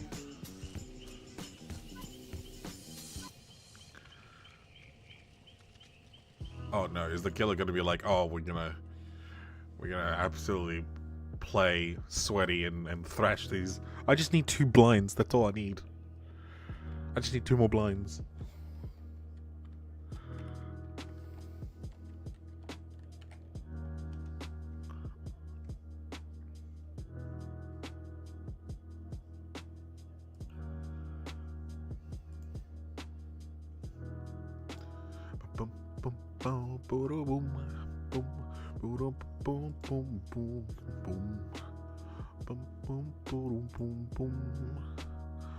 I have been trying to use Blast Mine. I have yet to get a gen kick.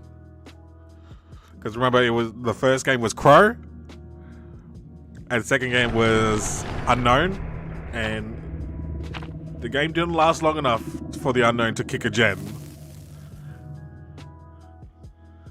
And the Crow lady did not kick a gen. Not that she needed to. Like I said, she was 5 gens, 7 hooks in. But like, it would have been nice if she went in and kicked the gen, but she didn't.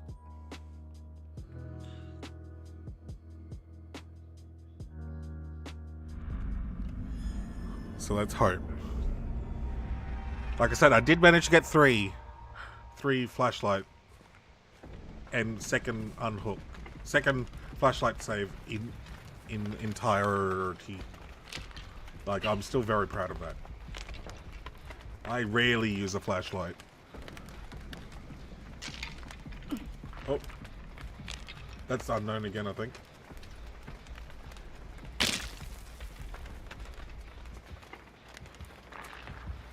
Yep, that's Unknown again.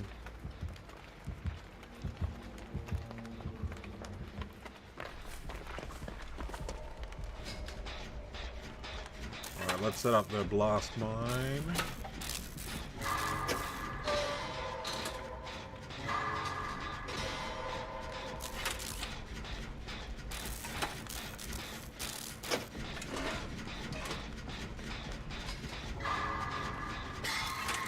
I still don't know what causes the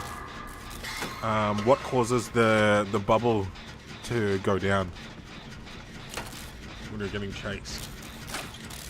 Is it just you're getting chased? But like it wasn't going down specifically the whole time. No?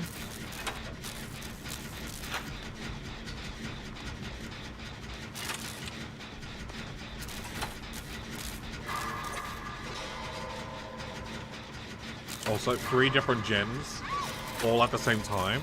What?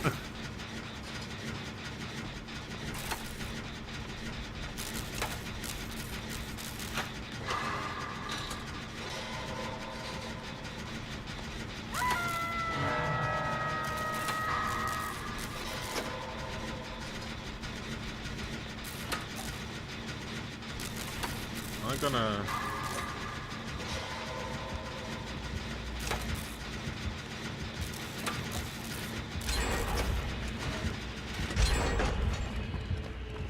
Ooh, he has an add-on where if you do the gen, you get the power on you. Okay, very interesting.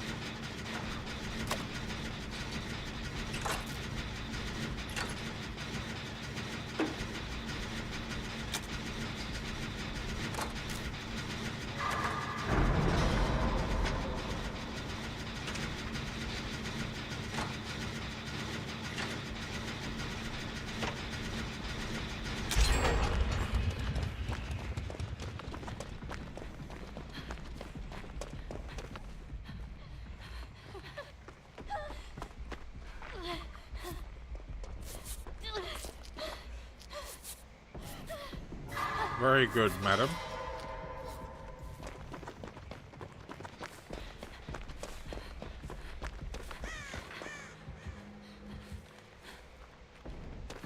Oh.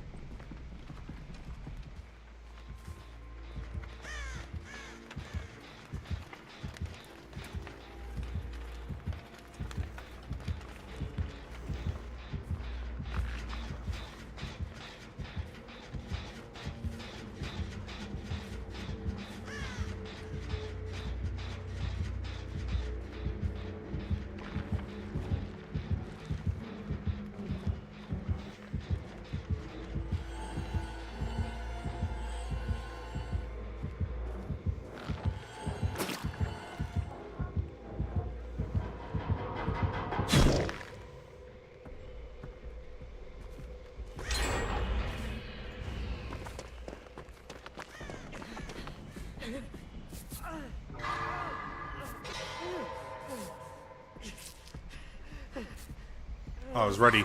I was ready to try and save again.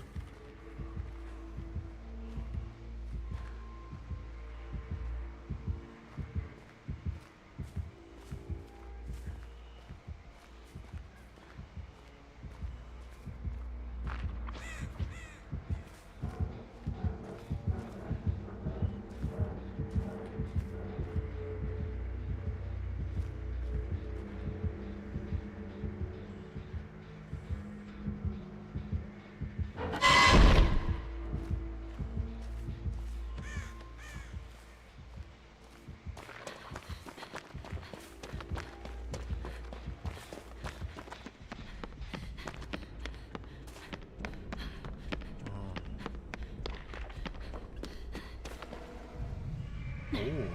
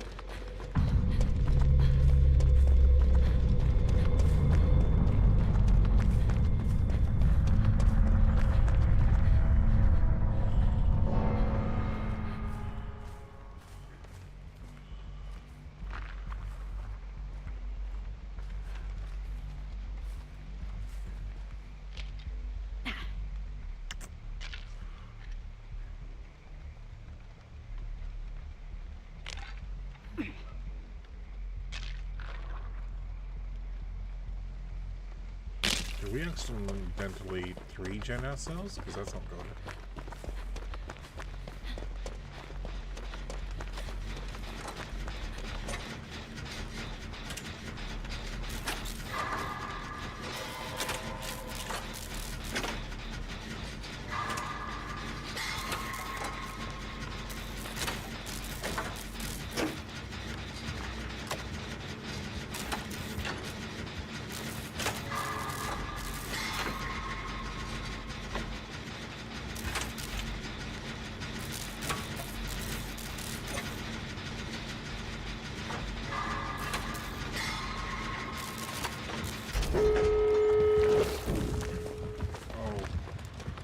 Bad gate locations.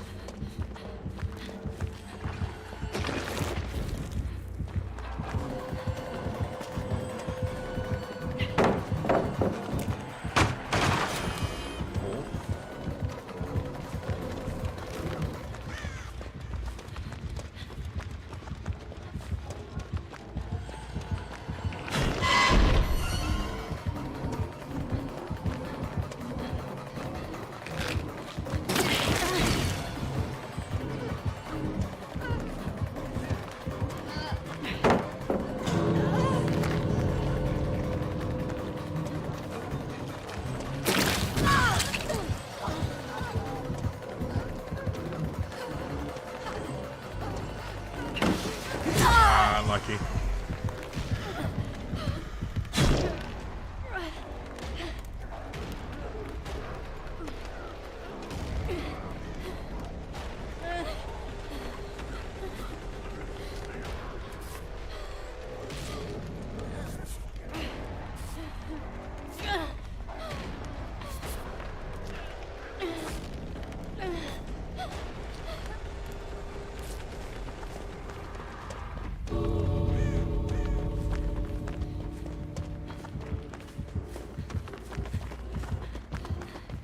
Cool.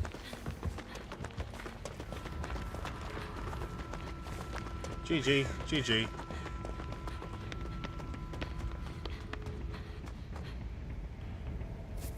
Get some final points.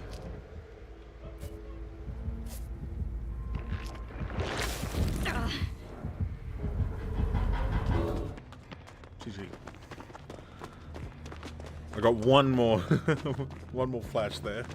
So that's something.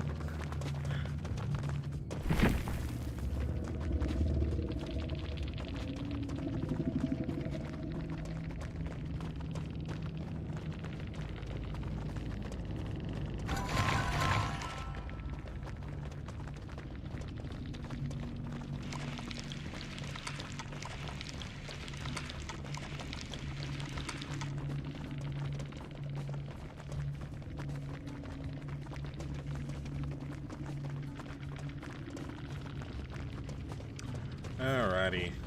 GG.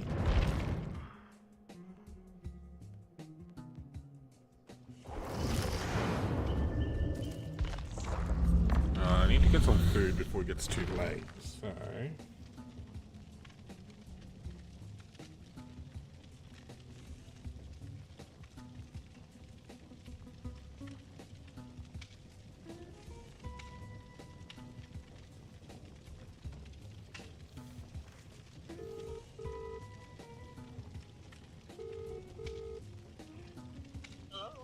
What do you feel like eating?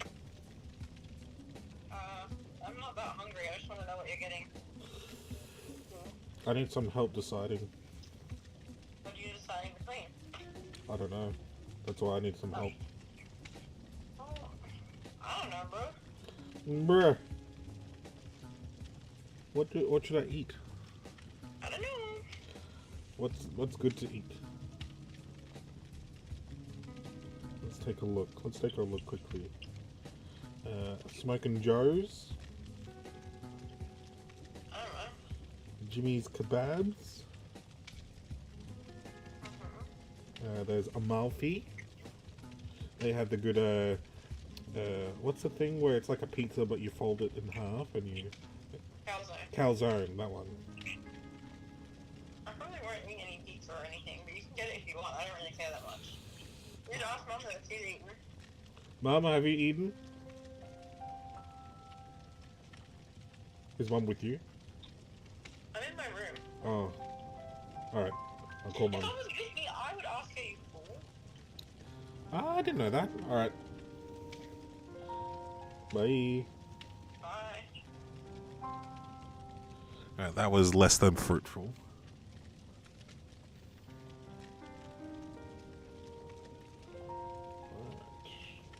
Mother of mine.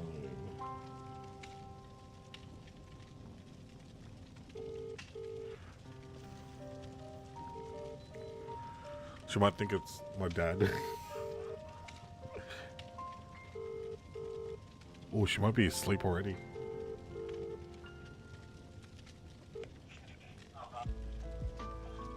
Hello? Is it? Hello? Yes, what is it? Have you had dinner? Yes. Oh, what did you have for dinner? Oh no. Oh, yeah. Okay. Don't worry. Bye. Alright, time to call Daniel now. I'm calling everyone.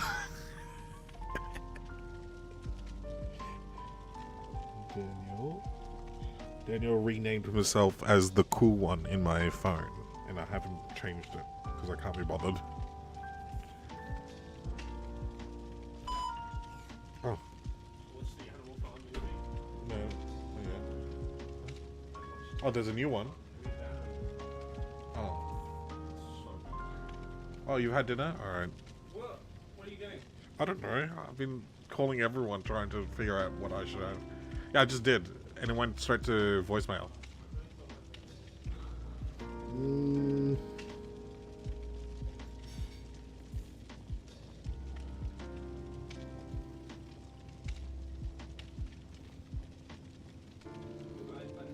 need a treat after doing 2 assignments in one day. Okay, a treat. Yeah. Pizza? I don't like pizza. Why don't you like pizza? I've explained this. But there's cheese. There's cheese in the crust. Subway? Amalfi? I mean, you can get pizza actually, because like I'll only probably have like a little bit. I can't be bothered now. Amalfi? Subway? I don't mind a Subway actually.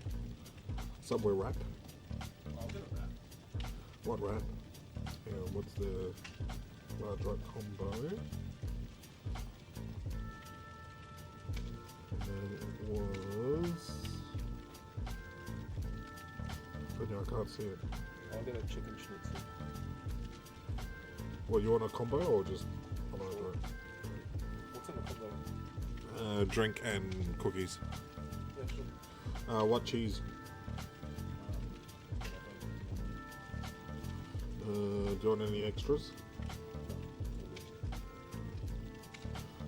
What? Jalapenos, lettuce, spinach, cucumber.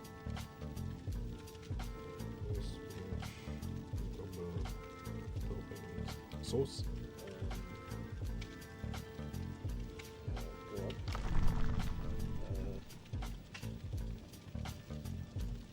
Habanero.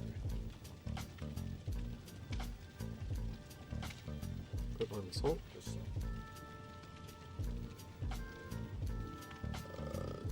Oh, that's my chicken protein. What drink?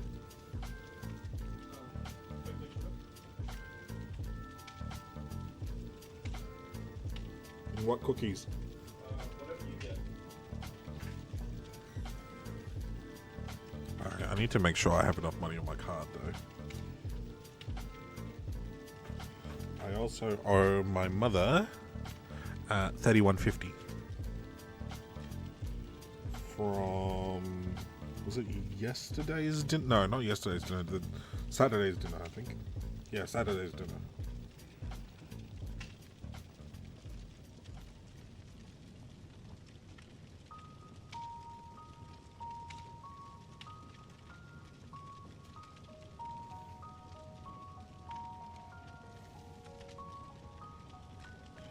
Okay, hang on a sec. Pay. No, it's not pay. It is. Oh yeah, it is pay.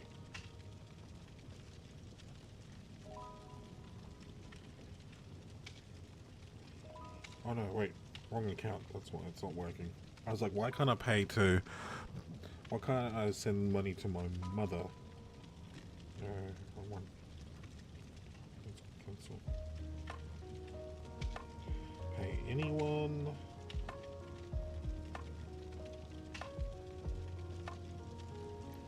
Mother of mine. 3150. HSP.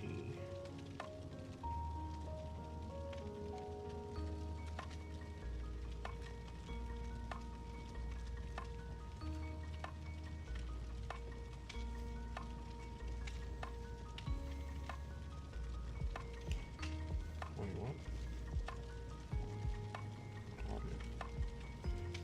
And then the second one, let's get another large wrap combo. We get the chicken protein.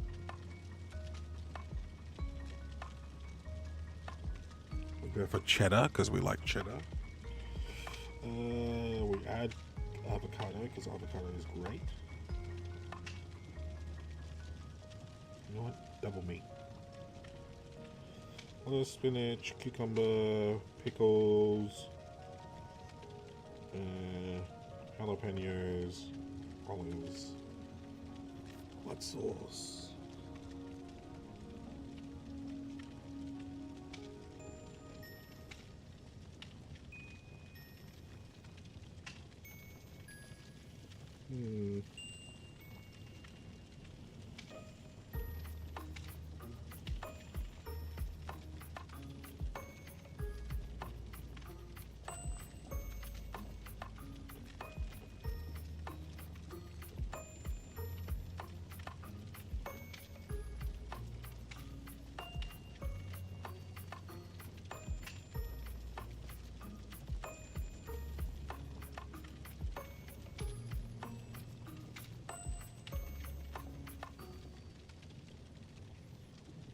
You know what's a really good wrap from Subway as well? I'm slobbering thinking about it. The falafel. The falafel wrap. So good. I remember when I used to go to Deakin, there was a cafe in one corner of Deakin that had like the best falafel wraps ever. It was so good. Oh my goodness, like the falafels themselves weren't dry. There was enough sauce as well. Oh. And sometimes with like these cafes, they might use like the wrong lettuce, so they have like the really bitter lettuce that you shouldn't really eat without a dressing. And no, the lettuce on that falafel wrap from that place in Deakin, oh my goodness, it was so good. It was so filling as well. Where am I?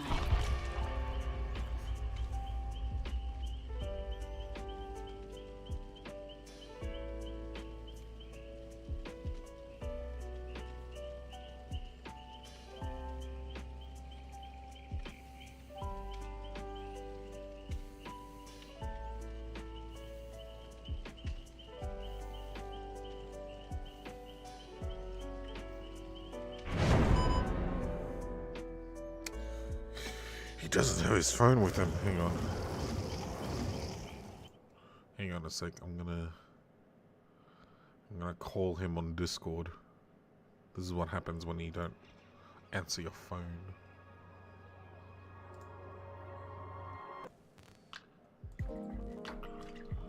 Wait, I can't call him?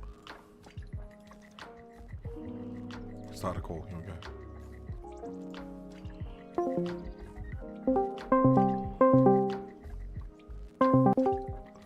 Hello? Make sure you have your phone on you because I won't be able to grab the food.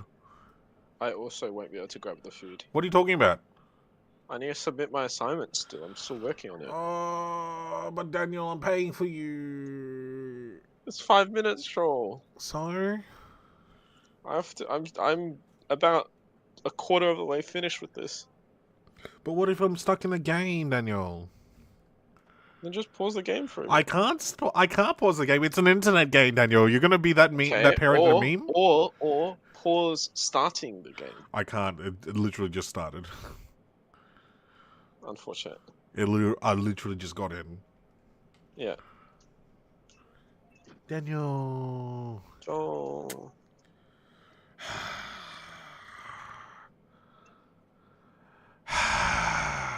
Alright, I need to go back.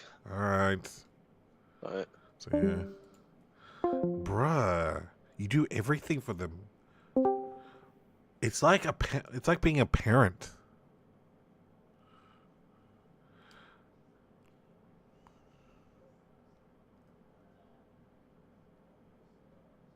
Oh hey. Kingdom Start done. Have we I don't remember.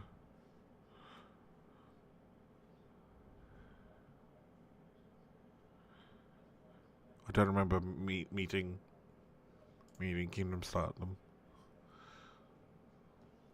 My bad. I was busy talking to Daniel. Daniel has priority because of assignment? Oh, I don't know about that. He wouldn't be able to do the assignment without food fueling his brains, you know?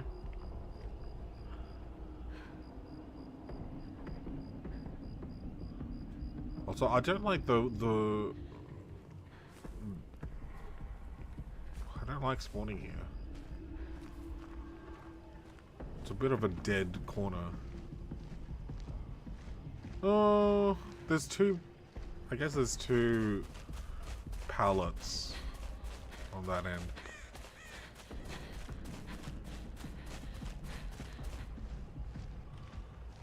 Who is the killer?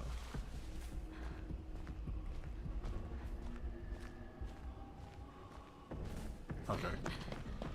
Killer's on Adam.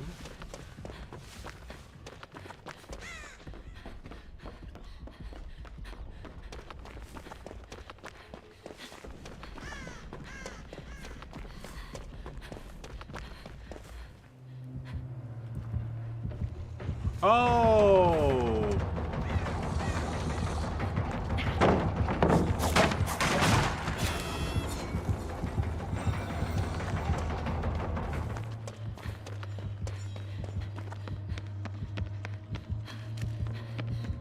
She's still coming up to me. She's angry.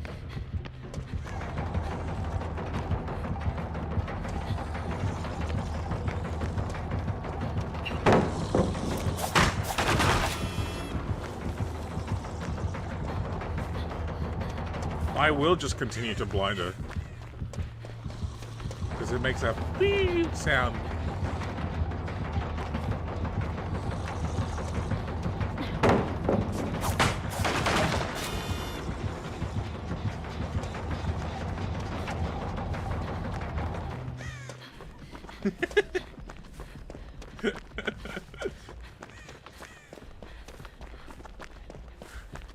Now I know why people use the event flashlights.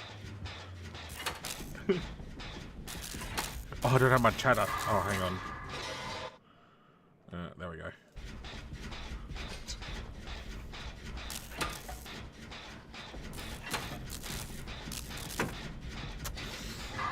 Damn, dude. Well, the last time, we have an agreement, right? We have a family agreement where if I buy you food, you get the food, right? And last time, he didn't do that agreement because he decided to play a game of League.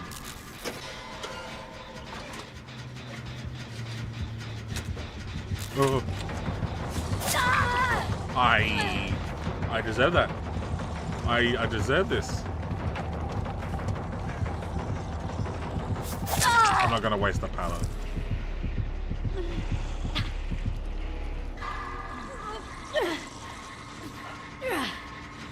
I want to get enough for a pit.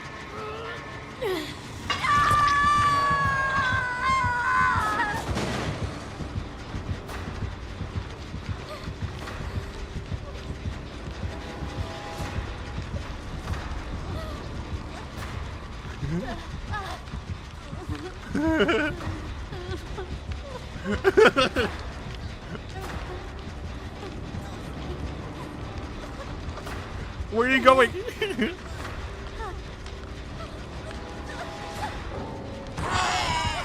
Oh, he lagged. That's unfortunate.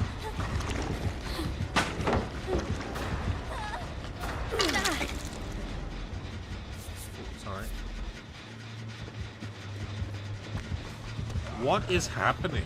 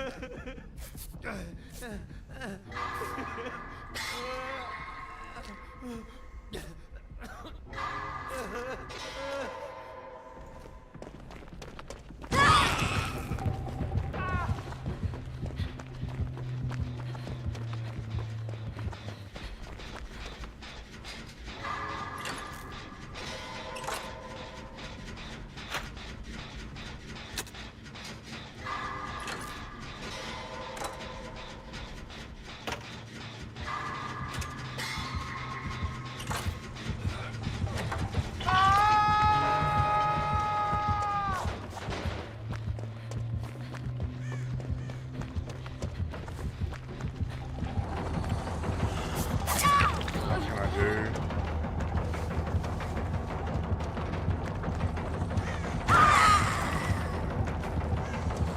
Wow, she doesn't teleport over. Okay. Interesting.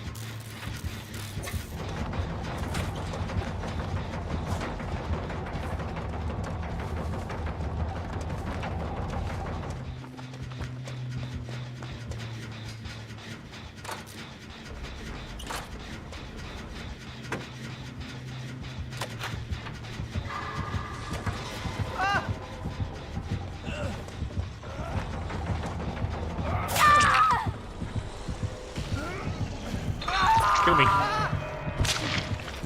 The driver's coming over. What? What? Pick me up!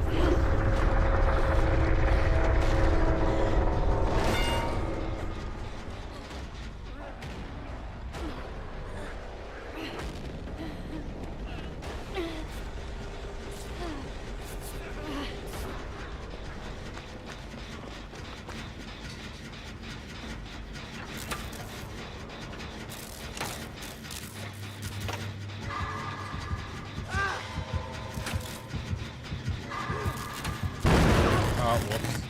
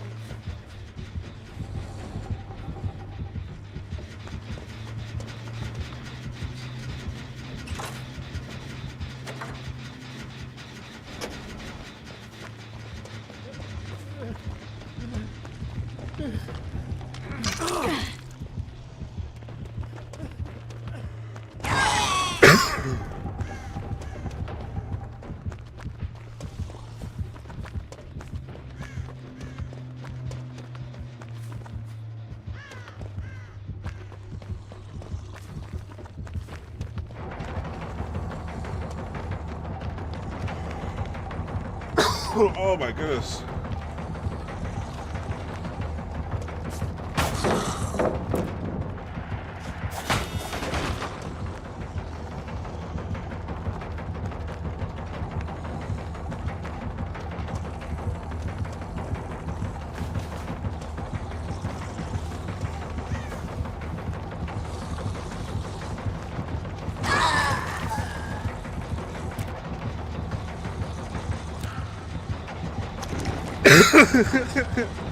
Wait, why isn't he killing me?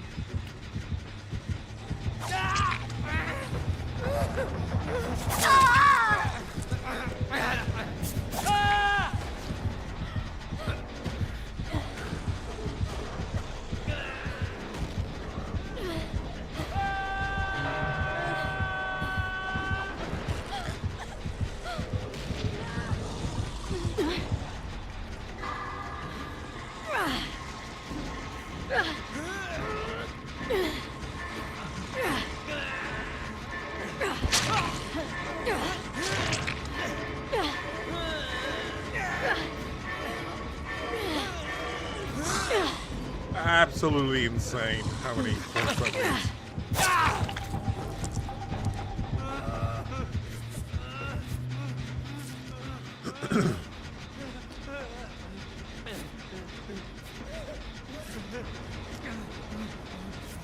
Look, luckily, they're delivering somewhere else before me, so they're actually at the other place right now.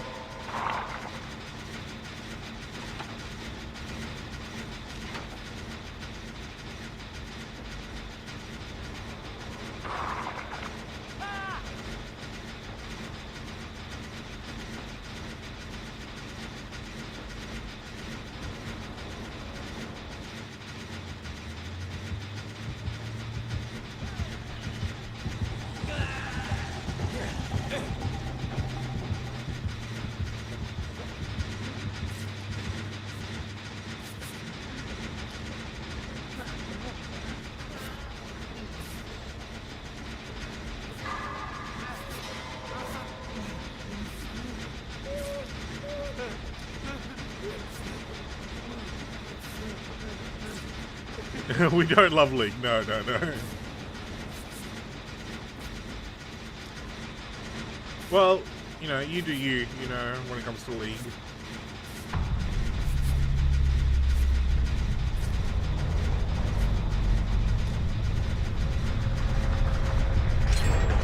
Man.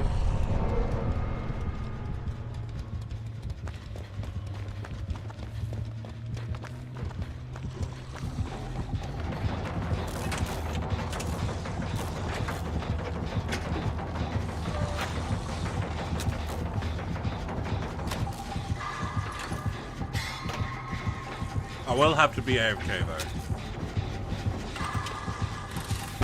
Oh my, no one saw that. No one saw anything.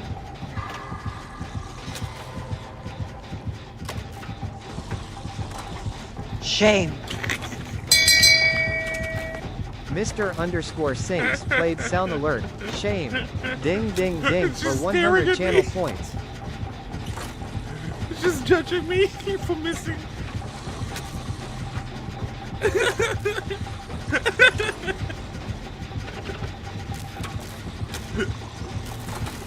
No one saw anything. No proof.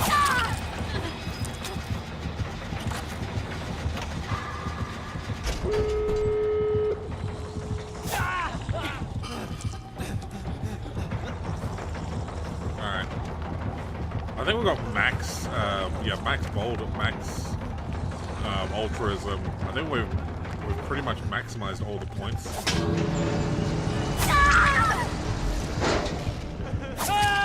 Are we doing a slug race? Oh, we are. Wait. Oh, it's red light, green light. Okay. Oh. Oh.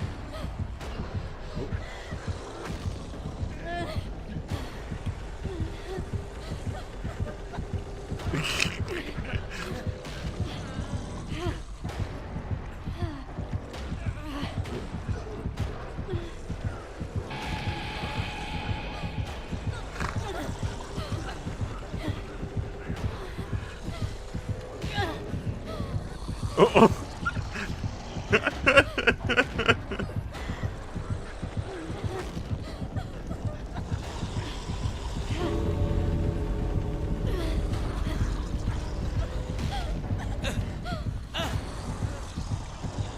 Oh no! It's not fair!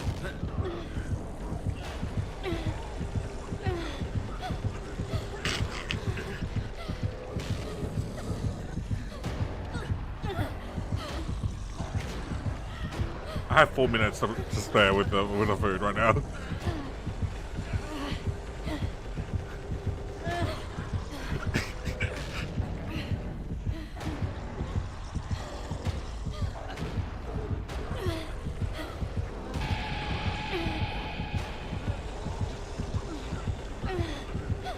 I win! Oh wait, no, wrong way.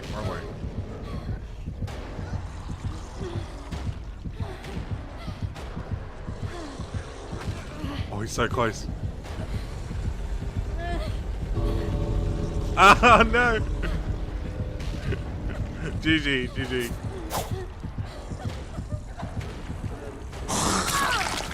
Oh, that's actually really good timing. They're just down the road. I'll be right back.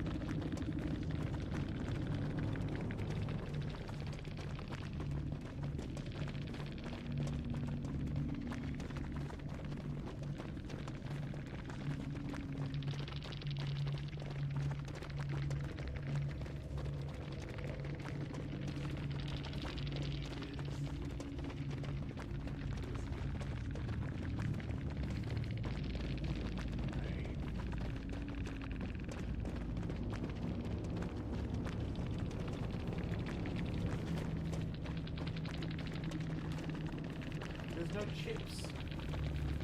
Can't give it to you.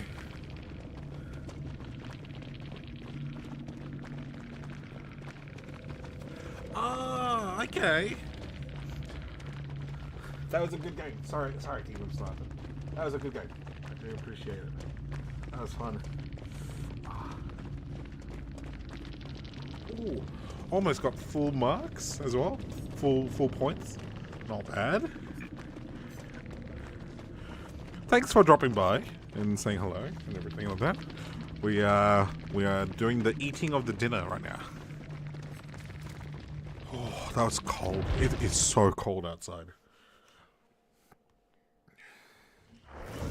What is the current temperature? Oi.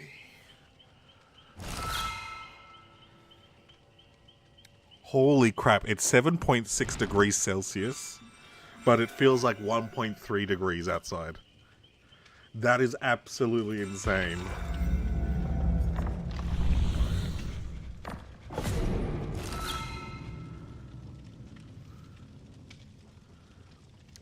No, I didn't notice actually. I was just having fun. What was your build? I didn't pay attention. For fast hag.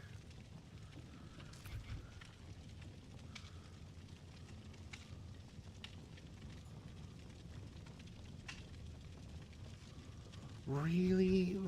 What is this last survivor challenge for this? Man.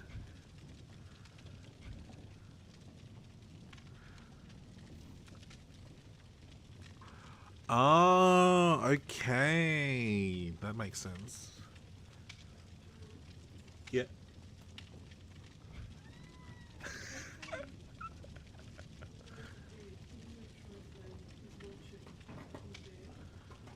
Whiskey. Yeah. Yeah.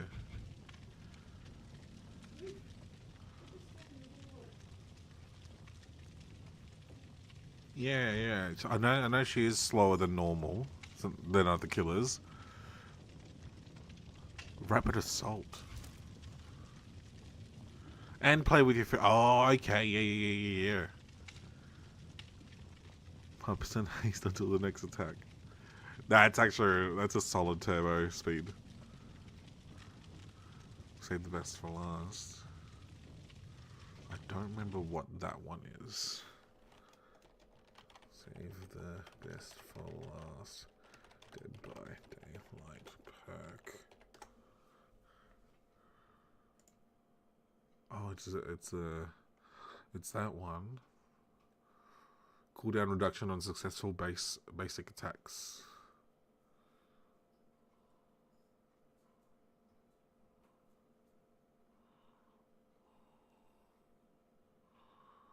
Oh wow! Okay, so you can smack people really quickly. That's pretty good, eh? Before you got more than one loop bomb. Brutal assault on the pallets as well.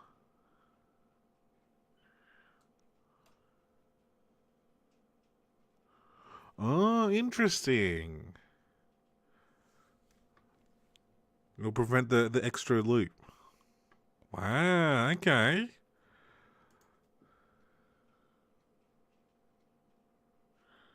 Brutal strength. Oh yeah, that's what I knew what you meant.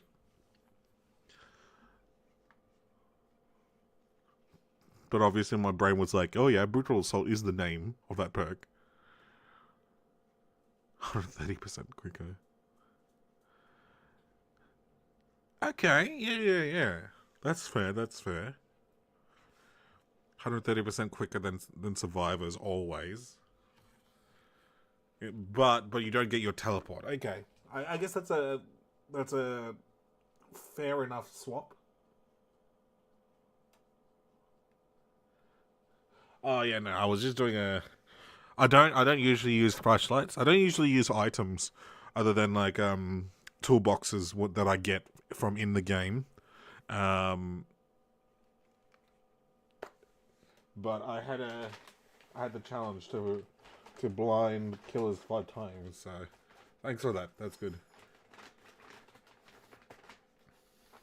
Ah, yeah, okay, yeah. Yeah. I did notice the solid clone blocking my way into the shack there. All right. Which one is my wrap? I forgot. I forgot that my brother and I got wraps. Ooh, I think mine's the chunky one because I added some extra stuff.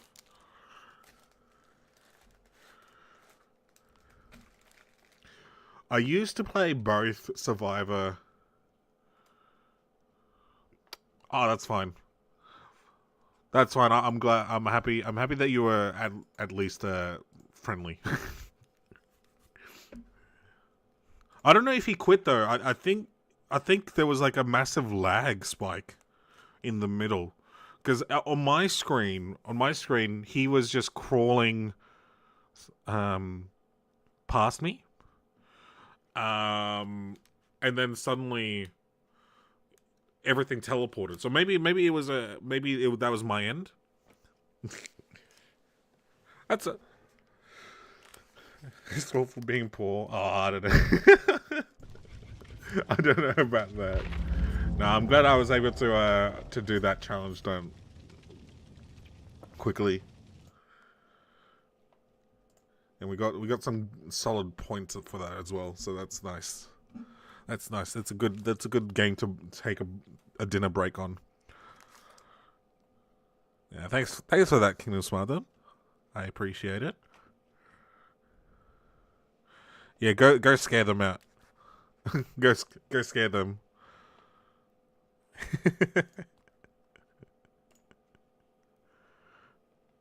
All right, let's watch something while we're eating.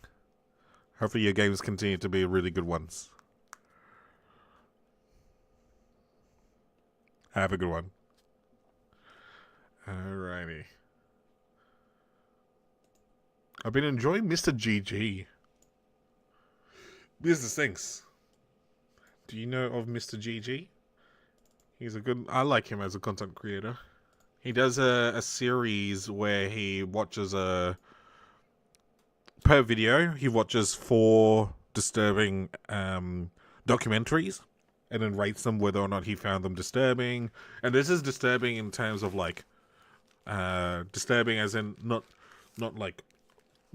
just on gore or anything like that. It's disturbing as in like the subject matter, that kind of stuff. And any reviews about whether or not they're any good. So like if they waste your time or anything like that, he'll mention that as well. So he did like the stuff that he would review is like, I actually watched something before I saw his video for once, because he usually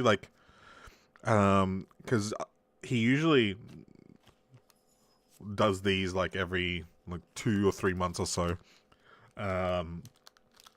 and I never get to watch them. But I actually ended up watching one. It was called The Crash, and he watched it like 2 days after I watched The Crash. He actually uploaded his video on it, which was really cool, and I got to see what he thought about it. I really enjoyed it. He really enjoyed it as much as you can enjoy people dying because of an quote-unquote accident. The gimmick of The Crash is the person who has been convicted to be a murderer who murdered the 2 people actually appeared in the film. Although what they said in the documentary was not good. It was very much she had her lawyer with her, and it was very much filled with lawyer speak, and it didn't reveal anything. So like she prefaced it by saying, "Oh, you never really get to hear from the accused side," but she didn't say anything. She didn't reveal anything else. In the end, I believe at the end of the day, I think it was a plot for murder. But that's me biased from from the research that I did on the whole event and the documentary, and she didn't help. But yeah, he also reacts to Bizarre Bob and that kind of stuff, and he's also got game streaming as well. An intro for this But I do really like him. Boo! We want to watch more Bizarre Bob, don't we?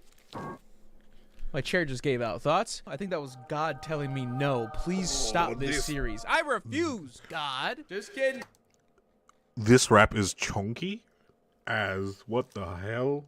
Gee, you have nothing to do with this video. I'm talking to the big double B out there, baby. Bizarre Bub, you know we're back. And I am moving down the roster onto V95. We've been having some bad times, man. It has not been great. We have not been hitting. I feel very unlucky. I am getting fucking punished at the blackjack table right now, and I have to keep going back to the ATM. All right, Bubster, lay it on me, baby. Two friends are full goofing blast off inside an indoor playground. That scared me. What the Okay, you got me, baby. I'm back. In fairness to us, I was looking at it from my peripheral to start because I was making sure everything was good on OBS, and I just saw something crawling around the corner. And inside an indoor playground. Kit Kat Zooey! Summer is creeping in, which is a beautiful thing. More birthdays than I would prefer. That includes mine.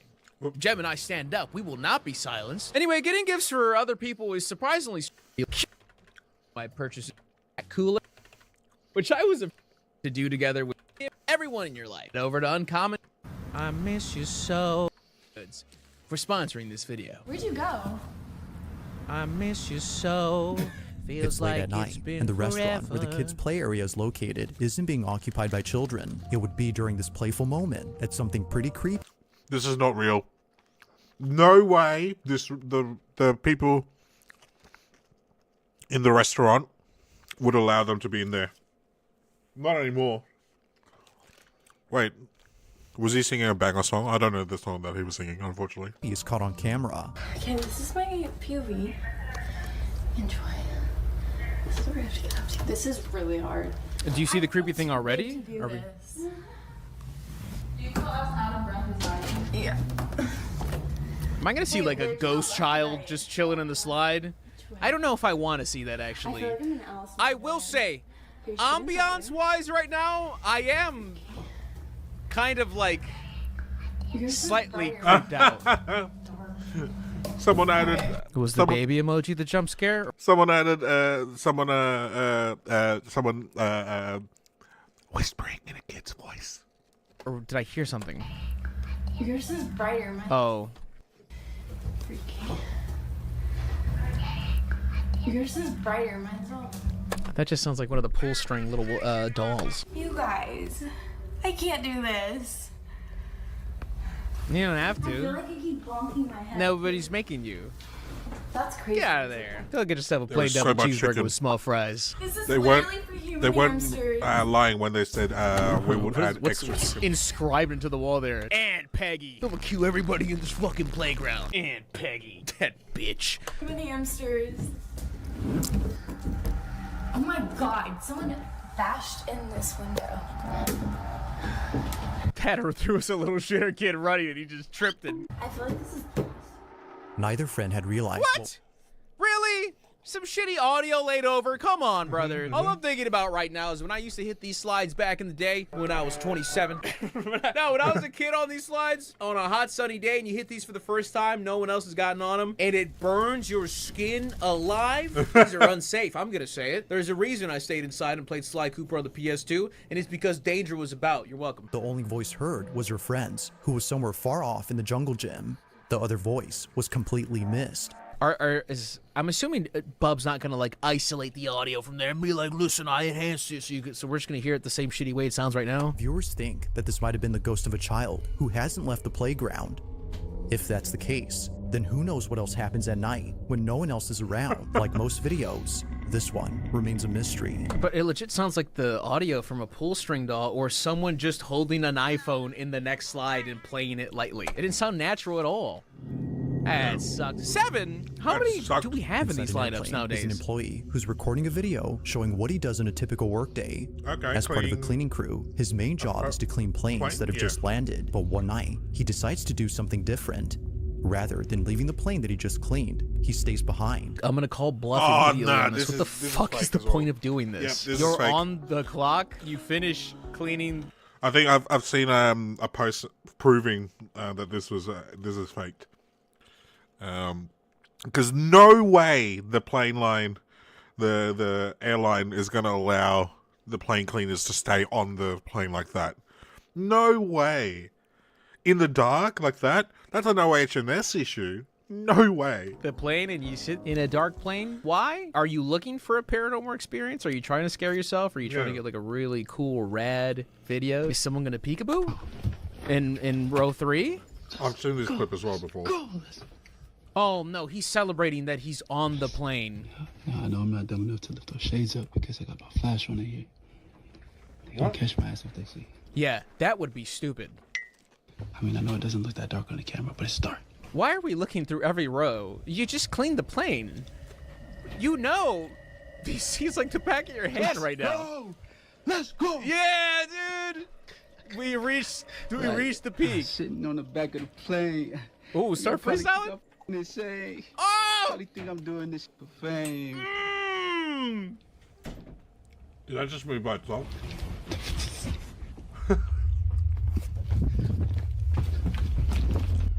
That Freestyling's hard, escalated I get it. so quickly. Probably think I'm.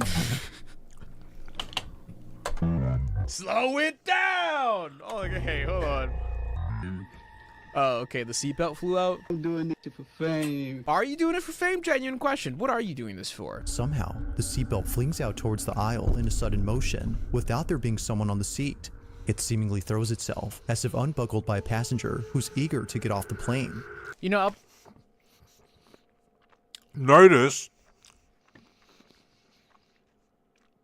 the guy looked at every row, left, right, left, right, left, right. And then for this one,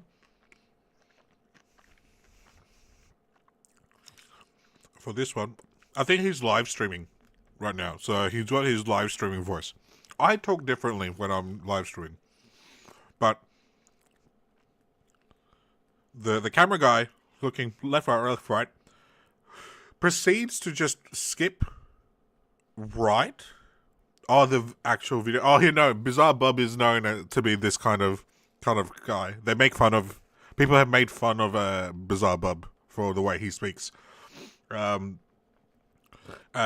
He completely ignores looking at the right side of this row and just focuses on the left, and that's when the seatbelt flies away.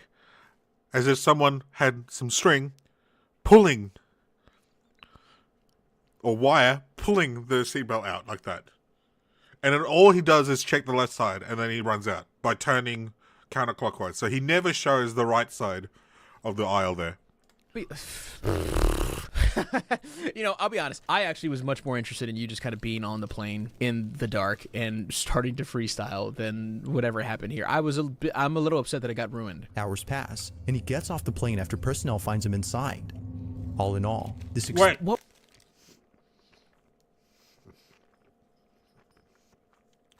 He stayed on the plane for hours after that. What were you doing? What was he doing? Why is one specific seat your hiding spot also? This experience has left him so rattled that he continues to share updates talking about this incident. It did not leave him rattled if it happened, and then he decided to stay in that plane for hours. A store manager watches footage of something that happened earlier while sounding pretty nervous. Putting things away from the box. All right, now watch. I want you guys to focus on this area. I'm not going to get extra meat next time. Too much meat. That's what she said. But I'm being serious. I can't eat it. Right here. Hold on, let me speed this up a bit. Look. Boom, you see that? Let me get back here for you guys to give you a better view. I don't think this is a better view. I'm like, what? Pay attention to this area right here. Okay, I'm paying attention. There's got to be a shadow. Something's got to run by or something. Watch. This is where I stopped recording because I heard a noise in the back. Is that you? Look. I'm here by myself. Okay. Nobody's here. Gotcha. It's just me. That is a lot of cameras for that shop. Uh-huh. How big is that shop? See that? No. I hope he that goes you? back to the I threw CCTV down the footage box earlier? because I want to. Oh, the box was the only thing. A box falling off a tall shelf. All right, buddy. You just happen to walk down that aisle. Come on out, pussy. Name calling a little crazy, right? Because it could be like a. Mess with me. No one ever thinks that it could be like a 6-year-old ghost that got brutally murdered, and you're calling him a pussy. Hey, look, cats. Hey. Ooh. What did you hear? If he tries telling us that he felt someone tap his shoulder, I may end the video right now. And then he's gonna go back to the CCTV footage, and we're gonna see the fucking classic. Were you right in front of a camera? Right there. Wait, what? What is his camera location? Wait, what the fuck? Why are you right in front of a store camera? What's to the left of you? He's gonna yell right here. What? There's no way the camera angle from the No, it's ceiling on the shelf. It's on the shelf. has that angle. Am I bugging? This has a camera at eye level of him in the middle of the aisle where there's a shelf. I Yeah, know you it's don't on the have shelf. hidden cameras in the shelves. Look, there I am, right there. That's terrible. There's all. Did you forward? There I am, right there. Okay. Oh, he got his hair tickled. Oh, he skipped forward. Okay. Look, you see that? You see that? I do see that. That's a pretty good effect. Where is this camera? The manager's hair lifting on its own. Or better put, getting tugged by something unseen. It's the better put. I would take offense if you said that about my video, bub. sudden yank on his head. Just say the random thing. Don't say all that. Don't or do better that. put, getting tugged by something unseen. Nobody's tugging me. You shut the fuck up, bub. Or better yet, getting tugged by this unknown dominant I actually force. can't finish this Cut food. that line out, bub. I've How had like dare you? 90% of it. There was a ghostly draft throughout But I the think store. the You know, extra you're saying chicken I'm getting ghost one, back not shots. worth it. If no one was there, Actually, it then is worth whose it. It was a forceful lot of pull did chicken, he but feel? it ruined the whole wrap. Yo, we might have to fight, bub, if you start your little extra thesaurus descriptors to talk about my hair getting. Wait, what? And whose forceful pull did he feel? Whilst Forceful pull. Yo, we might have to fight, bub, if you start your little extra thesaurus descriptors to talk about my hair getting pulled. What the fuck? He got his hair off pulled, me. and then he There's let no out a food for yell. you. Number 5. now this next video was submitted to me by Alicia B. How does he decide who he shouts out by the submissions? I know he pops him in the bottom pretty much all the time, but for saying that out loud, how do you decide? She was picking up her boyfriend from work, like she usually does. Only this time, something catches must her be another attention, content creator. prompting her to film this Much, moment. it's not enough. It's like 2 mouthfuls. What is that? That's it, right? Isn't this just like a goofy camera glitch that It I'm was looking at right obvious now? that her eyes weren't playing tricks on her. I mean, okay, what are we It going to is describe literally this 6 as? pixels. Because What? me personally, if I'm looking at this, I'm picturing like a big Poppy's Playhouse motherfucker that's got black sleeves popping up and going, and then running back. That's all I'm seeing right now. That was really cool. At approximately That 9 was worth it. p.m., Renee Salcido and her family had stopped what they were doing after being alerted by a noise.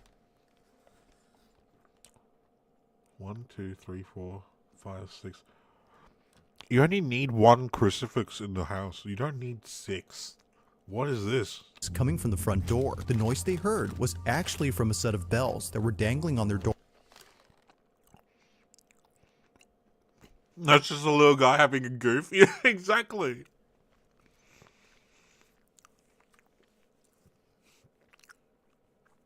It's a guy in the apartment complex, high off his head, playing hide and seek with a random stranger.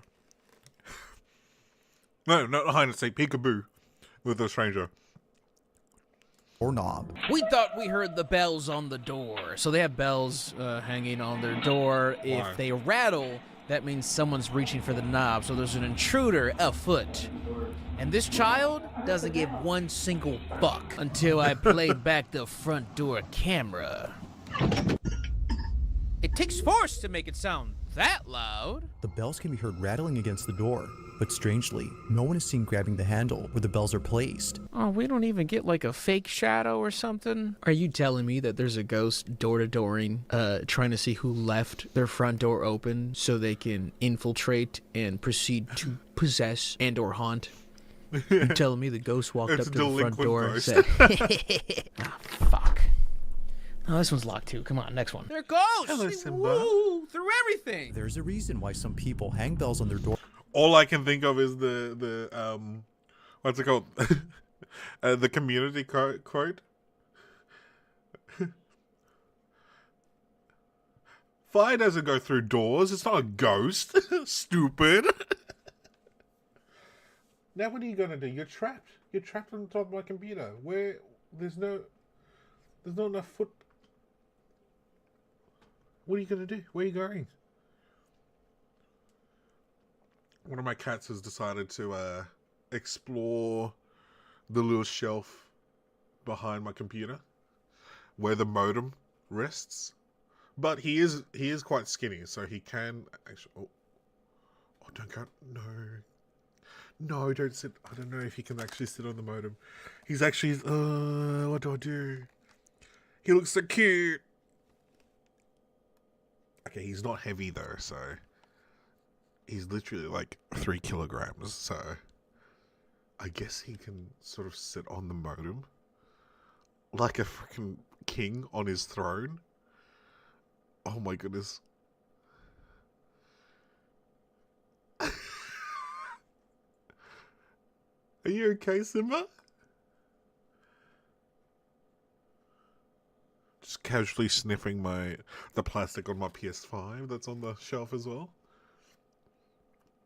How are you gonna get down now? Are you gonna get down?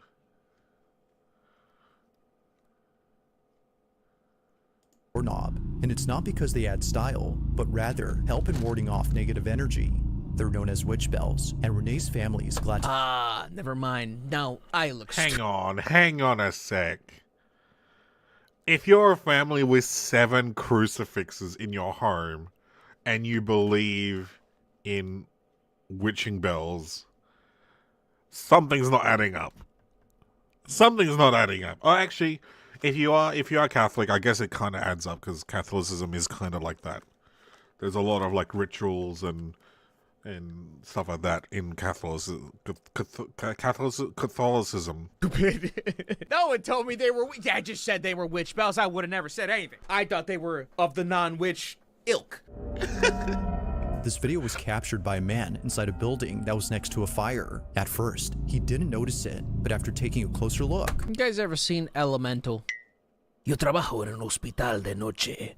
A un costado hay un hospital. I work in a hospital by night. I don't know what costado means, I'll be honest. Never mind, I've been fucking exposed. Get me out. Eran como las 3:30. Al asomarme por la ventana vi esto. Le puse atención y se ve como una persona con... Why is it crap? Okay, so it's 3:30 a.m., J Station hour, and then he peeked through the window and he saw this. He looked at it, he gave it attention, Oh, and then he looks like a person. There's a person with something that's cut off.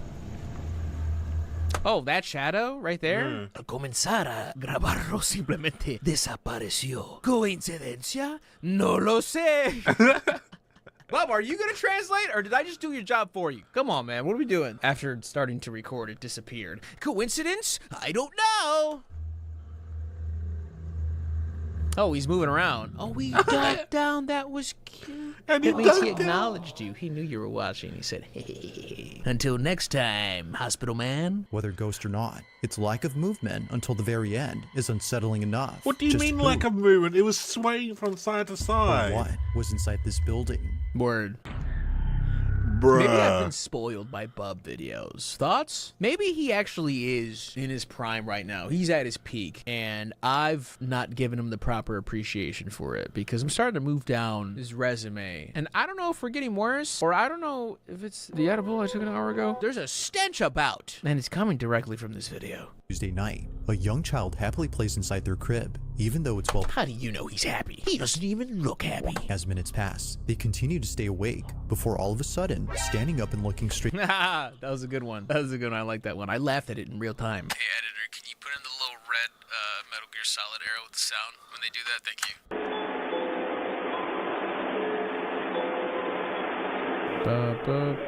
Oh.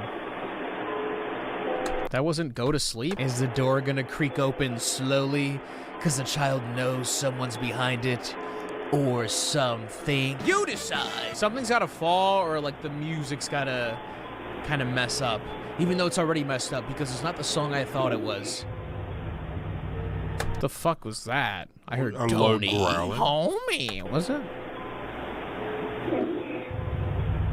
Okay, a I low didn't like that growling at all. voice. It sounds like "Hold Me." It sounds like a creepy woman's voice, but it also sounds like, if you put that the way she's saying it in another context, it kind of sounds like that. No, just me? Okay. I don't like it, is what I'm saying. You don't have to listen closely to hear that a voice was caught on camera. Okay. It appears that the boy had heard it too, but unlike him, one can immediately tell that something isn't right with this voice. Decode it for me, bub, please. What is it saying? What do you hear, It isn't bub? clear, but it kind of sounds like it's saying, "Let me in." No, it doesn't. There's 2 syllables that you can hear. Let me in is 3 syllables. Bub. Bub. What? I will force myself. I will gaslight myself to hear that right now. I get like a very vague. Okay, a little bit of an in at the very end. Like a tiny, like, running out of your breath. You know how when you try to talk after without breathing in again, and you're losing, and you just push that last. I don't get let. I get me in the middle of that. There's Yeah, right. It does sound like "Hold Me." nothing after that though.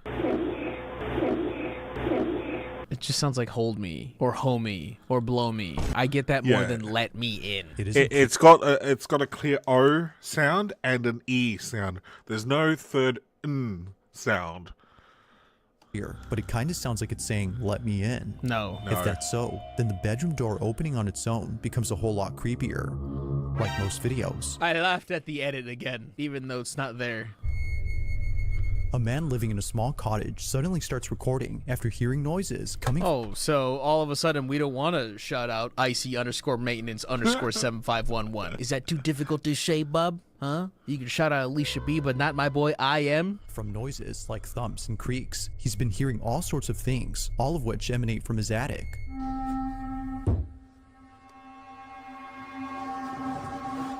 Okay, so this guy's hearing thumps in the attic. He's been gathering years and years of evidence to prove his crackpot theory is correct. I hear the same thing at night. I should record. I could actually really record something like that because I have squirrels that inside like to about the run door. all Yeah, over it my is kind of cool. roof and be in my attic and stuff because they're in the house because it's warm. I have my own little nature. It is reminding me a little bit of effort. like.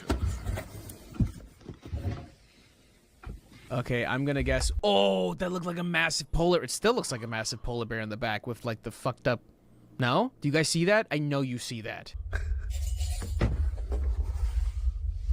It could.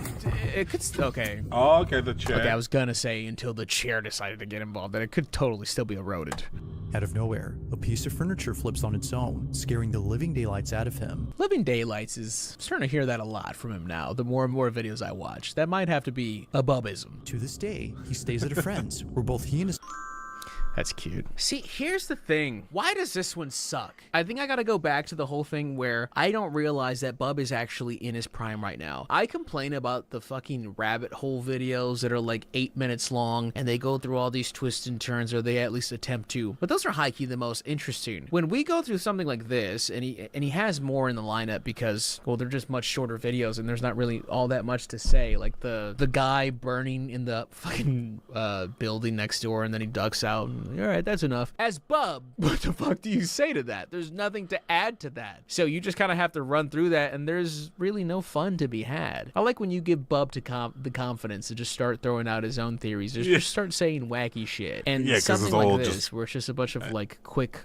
We can coin it right now, ghost slop. It sucks. There's nothing to do. There's nothing for Bub to say. And then there's nothing for me to say. And then here I am, cock in hand, bored. Yeah, I don't know what to tell you. That was V95. I appreciate you guys watching. Thank you so much. Cheeky and Gamer subs are 10% Also, I love off. how Cheeky's every Bizarre Bub video has "Don't watch alone." been dropping some fucking bangarooski.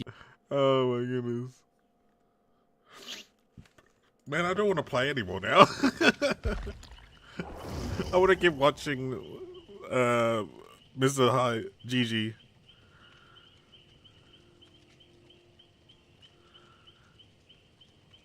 Oh, when he was singing. Yeah. No, he's pretty good. I like him. I like him a lot.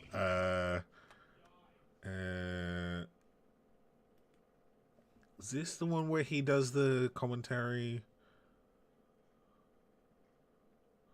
Yeah, this one is wait, is it? Or is it the normal? No, okay, so this is his like stream clips when he's reacting to stuff. You have a collection of pets. I know. Have you seen the orange one? Yes, I know. Have you seen the white one? Yes. Have you seen the Yes, big one? yes, he's always there. The orange one should not be on that, by the way. No, I know. Simba. Yeah, so Mr. GG. Oh, this is the supercut of the first season of 10 videos, the first 10 videos that he made with the 4 disturbing documentaries. It's really good. Oh yeah, I don't know how to fix that on Songify. Hang on. I'll put it on. What is it? Fort Minor Where'd You Go, featuring Holly Brooke and Jonah what's his face.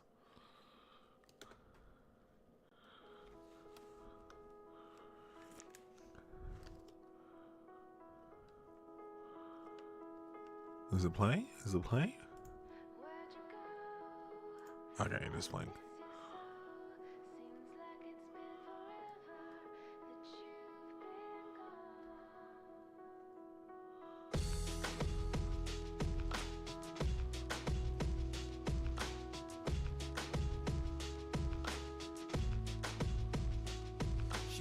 Ooh, I haven't watched this one. What the hell? I don't understand why you have to always be gone. I get along, but the trips always feel so long. And I find myself trying to stay by the phone, cause your voice always helps me to not feel so alone. But I feel like an idiot, working my day around a call. Okay. So I want you to know it's a little fucked up that I'm stuck here waiting.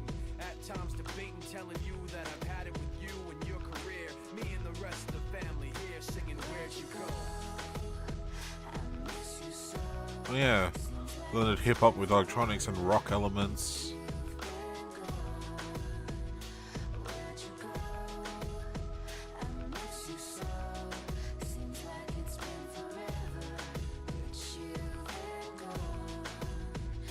Come back home, you know, the place where you used to live.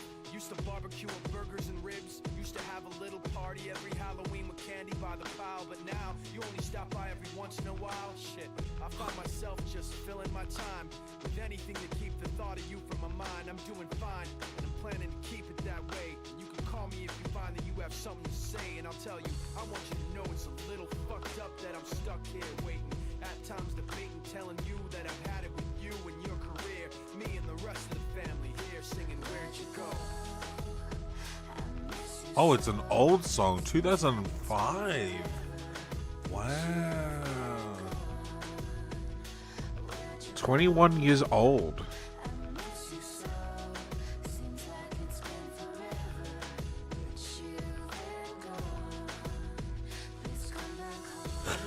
To be fair, I don't really listen to Linkin Park, so Port adult now. Yeah, they can finally consume alcohol.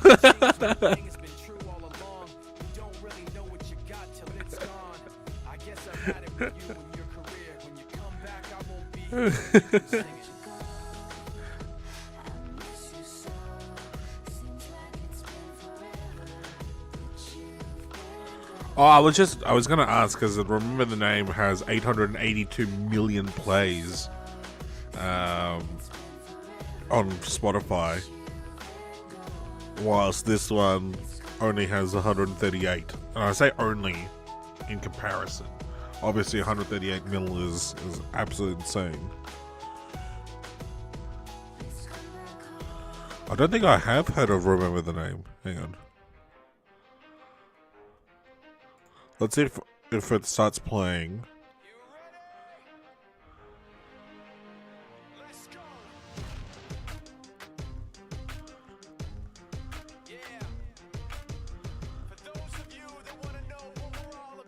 Okay.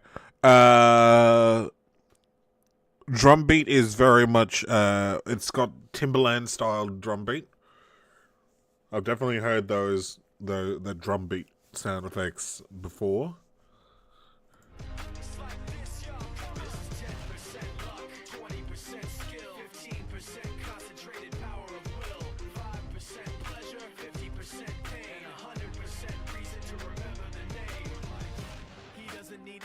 In lights, he just wants to be heard, whether it's the beat of the mic. He feels so unlike everybody else, alone, in spite of the fact that some people still think that they know him, but fuck him, he knows the code. It's not about the salary, it's all about reality and making some noise, making a story, making sure his click stays up. That means when he puts it down, Tox picking it up. Let's go. Who the hell is he anyway? He never really talks much, never concerned with status, but still leaving him starstruck. Humble through opportunities given despite the fact that many misjudge him because he makes a living from writing raps. Put it together himself, now the picture connects. Never asking for someone's help or to get some respect. Okay, I definitely have not heard this one before.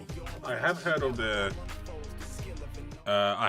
the the start referenced, or the start with the 10% luck, 20% skill, that kind of breakdown of percentage. I have heard other people reference that, but I haven't heard the song at all. This is 20% skill, 80% fear, be 100% clear, cause Ryu was ill. Who would have thought he'd be the Yeah, I have heard of him before. And I heard him wreck it with the crystal method, name of the game. Came back, dropped Megadeth, took him to church. I like Bleach, man. Ryu had the stupidest verse, this dude is the truth. Now everybody giving them guest spots, his stocks through the roof. I heard he fucking with that stock. This is 10% luck, 20% skill, 15% concentrated power of will, 5% pleasure, 50% pain, and 100% reason to remember the name. They call him Ryu, he's sick and he's spitting fire and Mike. Got him out the dryer, he's hot. Found him in Fort Minor with top, but a fucking nihilist porcupine. He's a prick, he's a cock. The type women wanna be within rappers, hope he gets shot. 8 years in the making, patiently waiting to blow. Now the record with your notice taking over the globe. He's got a partner in crime, his shit is equally dope. You won't believe the kind of shit that comes out of this kid's throat. He's not your everyday on the block. He knows how to work with what he's got, making his way to the top. He often gets a comment on his name. People keep asking him, was it given that birth that doesn't stand for an acronym? No, he's living proof. Let him rock in the booth. He'll get you buzzing quicker than a shot of vodka with juice. Him and his crew are known around as one of the best. Dedicated to what they do and give 100%. Forget Mike. Nobody really knows how or why he works so hard. It seems like he's never got time. He writes every note, he writes every line, and I've seen him in work or not. It's like a full moon now. Speaks in a rhyme and knows motherfuckers he runs with the kids that he signed. Ridiculous, without even trying. How do they do it? This is 10% luck, 20% skill, 15% concentrated power of will, 5% pleasure, 50% pain, and 100% reason to remember the name. This is 10% luck. Yeah, it is the whole. So it makes sense that it's the part that most people reference.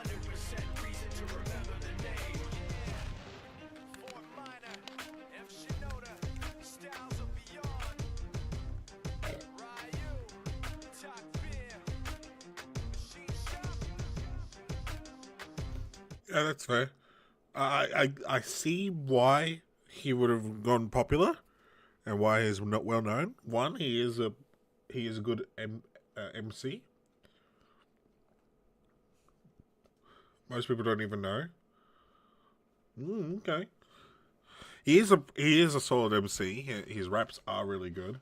That's one thing that I do like about Linkin Park as well. The raps are pretty solid. And also, obviously, I don't remember the guy's name, but obviously his singing voice.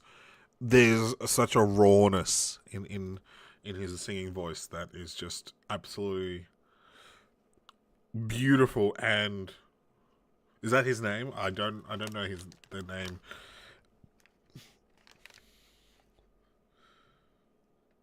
Yeah, the lead vocalist. Yeah. Just like the pain and the suffering that he can convey through his voice is absolutely insane. Like every time I hear like, I know it's overplayed, but every time Numb comes in and I hear his voice, I shiver a little bit because it's so good. But yeah, I still don't really listen to them. I only listen to them when they come on the radio or something like that, or if they're getting played. Yeah.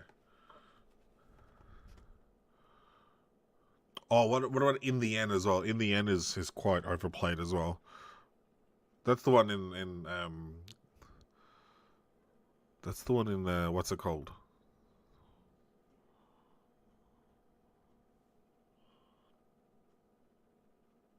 That's the one from Transformers, isn't it? In the End.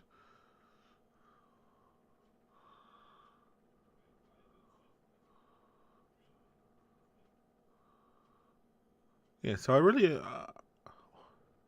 like, obviously I don't watch all of it, but, like, I really like his videos.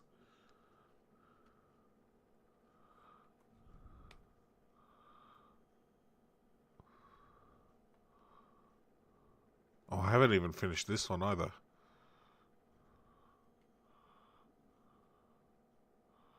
I need to watch this one as well.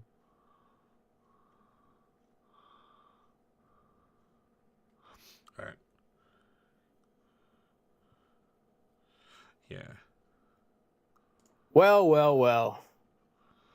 What are the four in this one? Look who's back. I think we got a good reset up here. Been in therapy, killing it. Straight A's. Your therapist grades you too, right? I took some of your suggestions from the comments on the season 1 finale and from Twitter. Don't you mean X? Don't you want to get socked in the mouth, pussy? Follow me on Instagram because the next 4 docs will be all chosen from there on a future call out. But for today, I watched 4 disturbing documentaries. Welcome to season 2. They are I Think We're Alone Now, The Dancing Boys of Afghanistan, 77 Minutes, and Orozco the Embalmer. And hey, you know what? To kick off season 2, you want to start with the worst one? Orozco? I thought you might want to do that. I have heard him reference Orozco the Embalmer in future videos. He didn't like this one. Enjoy. And he explains it. It's because it's boring in the way that obviously it's so it's literally just following this guy called Orozco and him doing his job as an embalmer. Now the disturbing part is obviously the embalming, but like you from what he's mentioned in future videos, he's like, it's just a guy. It's just a guy doing his job. And that's the whole documentary. It's not that disturbing when you break it down to just a normal person doing their job. There was another one that he in the most recent video where he related it back to this one, where it's a whole department, but it also includes the mortuary people, and it's the people who are in charge of trying to figure out who's dead. If it's like a Jane Doe or a John Doe, they try to figure out who they are, and then they try to figure out if there's a living relative who might not know that their relative has recently died. And then it's like and it delves deep into all the logistics of how long do you keep the ashes of this person who doesn't have anyone else in the world who cares about them, sort of thing. And he's just like, yeah, it's just these guys, you know, their job is weird, and it could be disturbing on a surface level, but they're just normal people living their own lives doing this job because someone has to do them, sort of thing. So that's why he doesn't like these.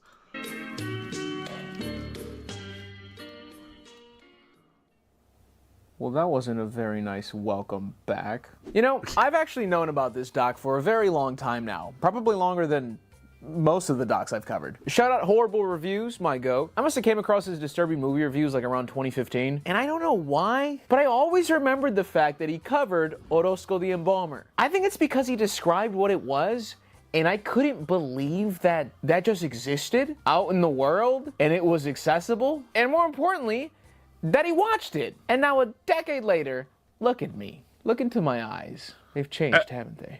Orozco is an embalmer in Bogota, Colombia, in a not-so-great area. There are corpses lying out in the streets, and as terrible as that is, someone needs to prep those bodies for a funeral. And that's where Orozco comes in. Okay, so I knew this was going to be graphic, but I don't know how much else I got to be left to the imagination. You see every step of the embalming. There's no Ford truck montages on this one. We're just watching this guy do his job. It's bring your son to work day, and I fucking hate my son. I don't like this documentary, but I also don't think it's my least favorite, which I need you to understand how truly insane of a statement that is. I watched this fella fish a brain out of a body like, that's where that is. This is basically a shockumentary, right? But it's oddly kept afloat by Orozco. We slowly learn more about him with each and every new body that enters his small shop. And by the end of it, Orozco just seems like a guy who gets it. I would imagine it's hard to take life too seriously when you're in this line of work. It is, however, very strange to watch somebody treat a dead body like how I used to pack protein tubs, because you'll watch some of this and think, what the hell's wrong with this guy? He's just throwing the body around, he's manhandling their face.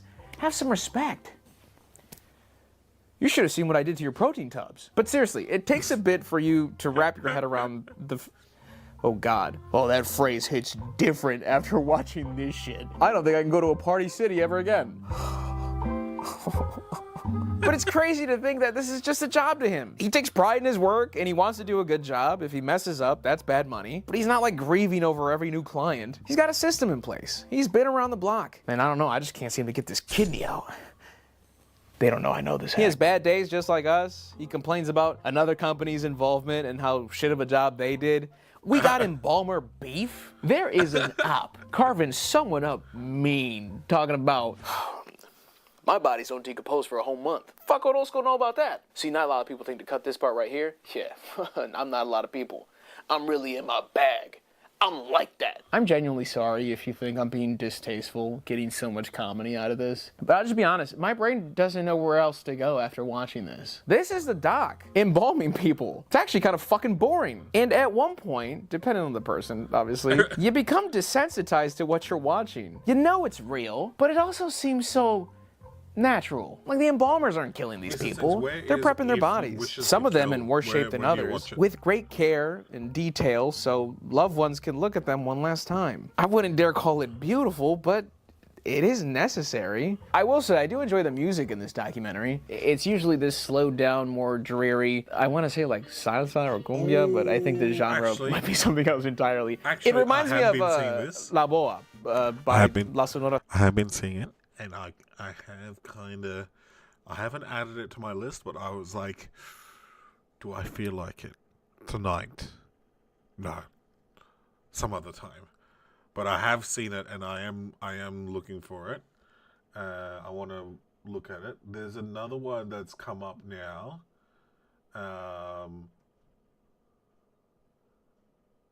And it's come up in the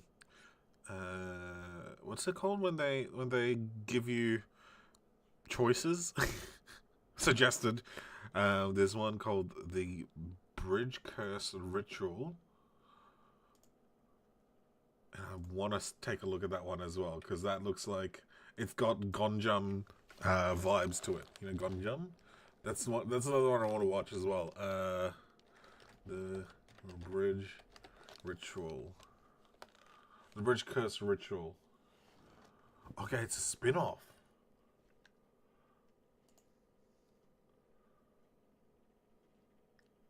It looks like. There's the original, called The Bridge Curse. A group of uni students decides to test an urban legend about the ghost of a female student that haunts a campus bridge. And then there's The Bridge Curse Ritual. 3 years later, a group of students test out an augmented reality horror game at a university rumored to be haunted, releasing something sinister and very real. Oh, they're Taiwanese. Okay, interesting. I will want to watch both of them. And it's only because Gonjam has this thing where it's very meta because it's all about a group of content creators going to the Gonjam Insane Asylum to try and get some haunting going. Some hauntings on camera and everything like that. So they set up all these cameras and everyone has at least 7 cameras on them to give every viewpoint sort of thing. It's all very on the nose, but it's also like, it's known as like one of the best found footage horror movies ever, just because it's so good. And it's funny because because it was so popular and it was so highly rated. The owner of the real life Gonjam Insane Asylum, abandoned insane asylum, tried to sue them because people were like saying bad things about the area, and it's like, he had to start like doing ghost tours and stuff like that to try and get some money. I'm pretty sure because people were just like were trespassing and that after the movie. So I want to watch that, but I don't know where Gonjam is. I want to watch that so badly. It's so good. Santanera. Does that help?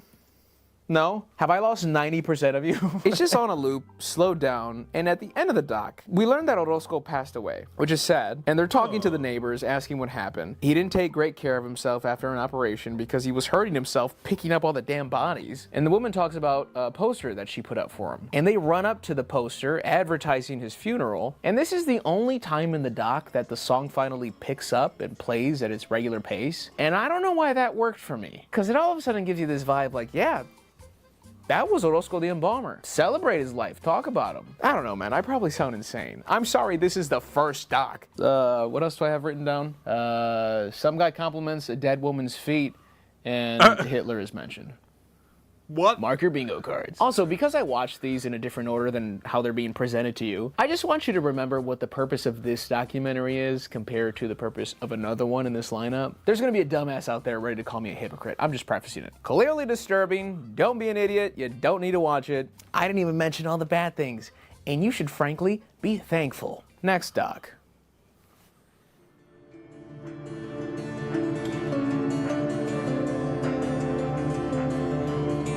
Wait, have I watched this? Hello. I feel like unfortunately have to start telling you things now. There is something called bachabazi in Afghanistan. And what that is the sexual exploitation of young boys and really just sexual slavery. Wealthy men, powerful men will basically own a young boy who they train to entertain. They'll dress him up in women's clothing, he'll dance, he'll sing. They perform in rooms full of other powerful men, other wealthy men. And if they're no good for dancing, we're told, well, then they're good for other activities. These boys are sexually abused left and right. The men sometimes getting into arguments over who gets to Now you can see why there's some go disturbing home stuff. with them. If the boys don't listen to their owners, they will be beat. If they try to leave, I don't think I have watched they will be this one, killed. though. And they run the same risk even if they do listen, with men constantly trying to lure them to instead be with them. Not knowing how jealous one can be, the connections they have, these boys can just run into the wrong guy on the wrong day. Journalist Najibullah Qureshi goes to Afghanistan and he finds a very prominent end to this illegal practice in Dastagir. Dastagir is a former commander turned wealthy businessman. And Qureshi doesn't tell him the truth as to why he's there. But for some reason, his cover story works. I guess he just tells him that he's making a film about the same tradition in Europe and wanted to document what it's like here. And that's somehow enough for Dastagir to be like, all right, go ahead, document all this illegal shit I'm doing. Which, if anything, it should not only tell you how he might perceive what he does,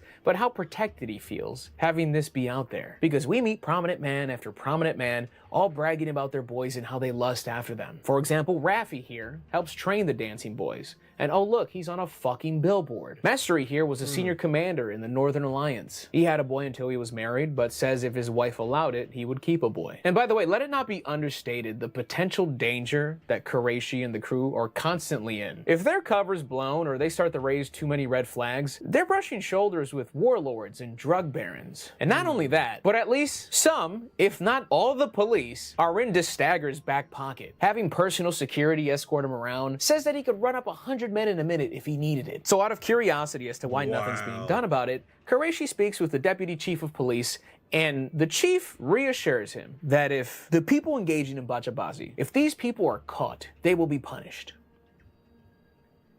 If the chief of the youth crime department says he picks up street children and takes them to an organization that will help them. And if he goes into more detail than that, it was not included in the doc. I don't know what that really means. On a completely unrelated note, that same exact chief attended a Bacha Bazi party that same exact night, along with the department's chief investigator.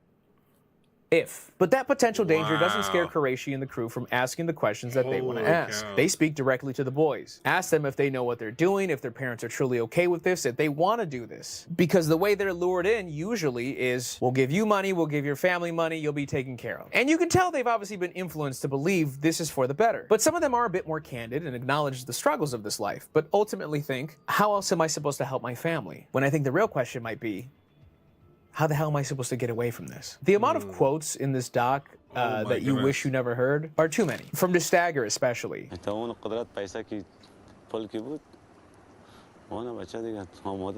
This is coming from a man with a wife and 2 young sons. I am glad that when one of these guys give a vague answer to Qureshi, he will just continue to prod. He wants intentions to be made clear, he wants specifics, he basically wants you to incriminate yourself and leave no doubt. Now, De Stagger will specifically target street kids. Kids who have nothing, their parents have nothing, and we're told their parents agree to let their boy go with De Stagger. Reason being is, as far as he tells us, is that he gives the families money. Which, as far as I know, that's not disproven, but also I don't know how much contact these boys even have with their families after this. How the hell can they even confirm this? One kid just straight up tells us that his family has no clue what he does. Like, the doc opens with De Stagger pulling over and picking up an 11-year-old. In about 30 seconds time. He peeks into this what looks like a barbershop. I would think looking for his parents to ask them, but I don't know if he sees nothing. I don't know if he knows somebody in there. But he brings him back to the car. And 11-year-old Shafiq is now locked into this terrible life without even knowing it. De Stagger will abuse him, train him, and have him be abused by many others until he's no longer wanted,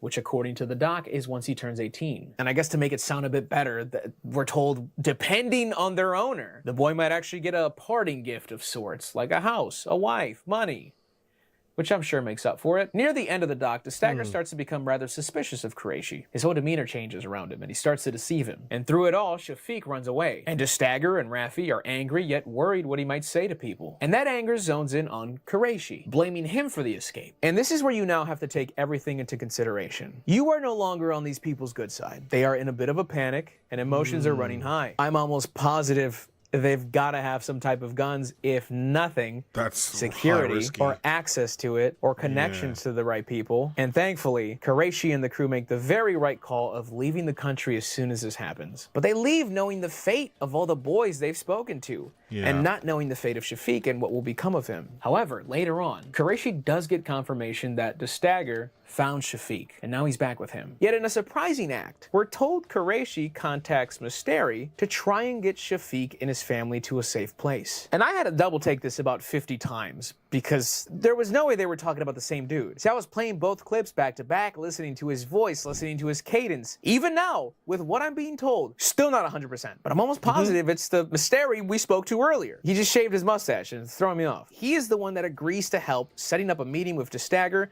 and it's agreed to return Shafiq safely to his parents. Remember, Mysteri had connections too. Qureshi later flies back to Afghanistan to confirm his safety, and he finds him with his father, interviews him, and the instant difference in his tone, demeanor, ambition says that he wants to help the other boys. We're left with an update message, which is partially positive. It states that as a direct result of this film, detectives from Kabul went to Takhar and they arrested Raffi. But De Stagger fled before their arrival, and his whereabouts are unknown. And that's what we end off on. It's a rather short doc, just about 52 minutes, but I think it's kind of perfect. There's no fat, no stone left unturned. We don't belabor the obvious. We let a lot of the interviews speak for themselves. We don't excessively over-dramatize. It's informative, concise, and bold. For what this doc is, it works very well. It is very clearly disturbing, especially when you manage to infiltrate this world and hear a man talk about taking the innocence of thousands of kids with a smile on his face.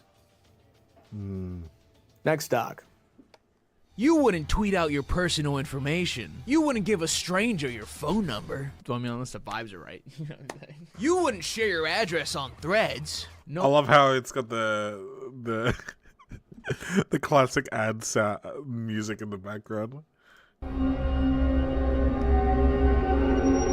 okay. Okay. Oh, that's a good squeak. Make sure we pick that up.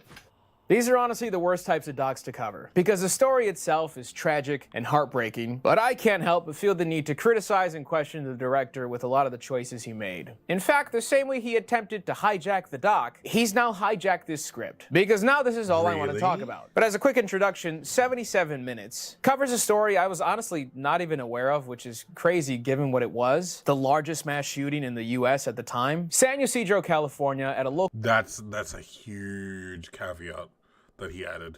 At the time. It's insane that it's gotten worse since then. Local McDonald's, 1984. A man walked in, started opening fire, and shot 40 people in and around that location. 21 of them would not survive. The shooter was armed with a pistol, an Uzi, a shotgun, and ammunition. From the time he first opened fire to the time he dropped dead from a sniper shot would be about 77 minutes, hence our title. Now, if you watch 77 Minutes, you will leave it knowing who the director is, Charlie Min, because he does not play a passive role in this doc. He's the one interviewing victims, authorities, and witnesses who were there or had a connection to that day. And Charlie Min makes it very clear where he stands. He is untrusting of what the police have to say, he is very critical of their actions, and there is nearly no let-up in that regard. And the reason why this is frustrating to cover, even watch, is because of the way Charlie conducts his interviews and the choices in his presentation. I want to make it very clear off rip, I believe there's more than enough room to acknowledge and criticize the missteps that authorities made that day, absolutely. But I very much disagree with Charlie's aggressive stance and frankly, hate his line of questioning to authorities and victims. There are over a dozen horror stories told and they are difficult to listen to.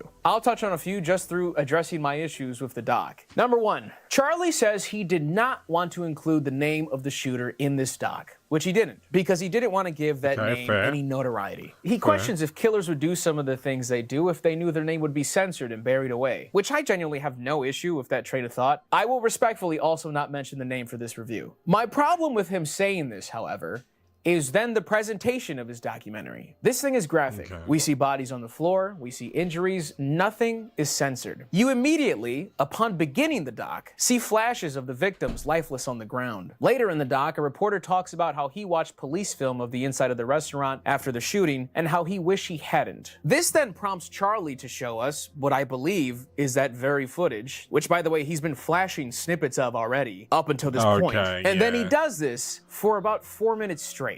And it's terrible. Like, I've seen horrible things. You can't cover this shit and not have some morbid curiosity, but I cannot think of a good reason as to why you felt the need to include this. Especially when just 25 minutes later, in the doc, you're preaching about how the media should put more focus on the victims. And yes, you allowed some of them to tell their story and you have a little in memoriam segment for them, but I'm sorry. You talk about not wanting to name and glorify the killer, but instead choose to show me these family members, these kids, hunched over and gunned down? Does that not somewhat contradict that mentality? Is this your idea of putting more focus on the victims? There's what looks like an infant right between their parents laid out on the ground clear as day, which by the way, you see a flash of this not even 2 minutes into the doc, and now it's on screen for 25 seconds. When I was watching it, once it panned over, I turned away and just felt a jolt in my body. My lips start to shake, and before I knew it, I just had tears in my eyes. I don't think I've ever had such a visceral,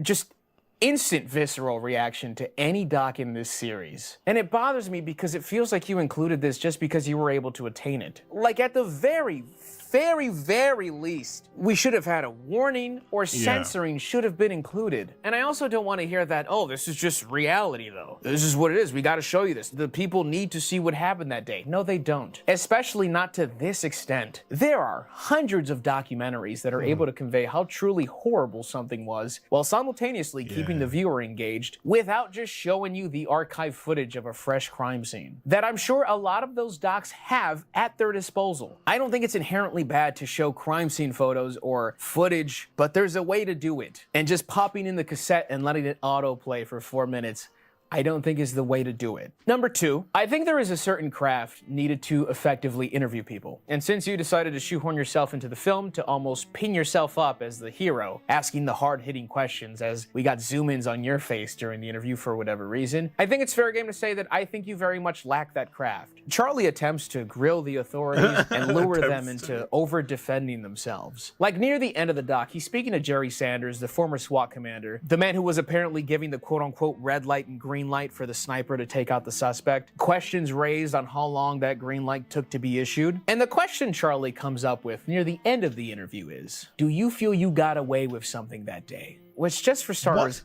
doesn't even make sense in his line of questioning. Like, yes, I did.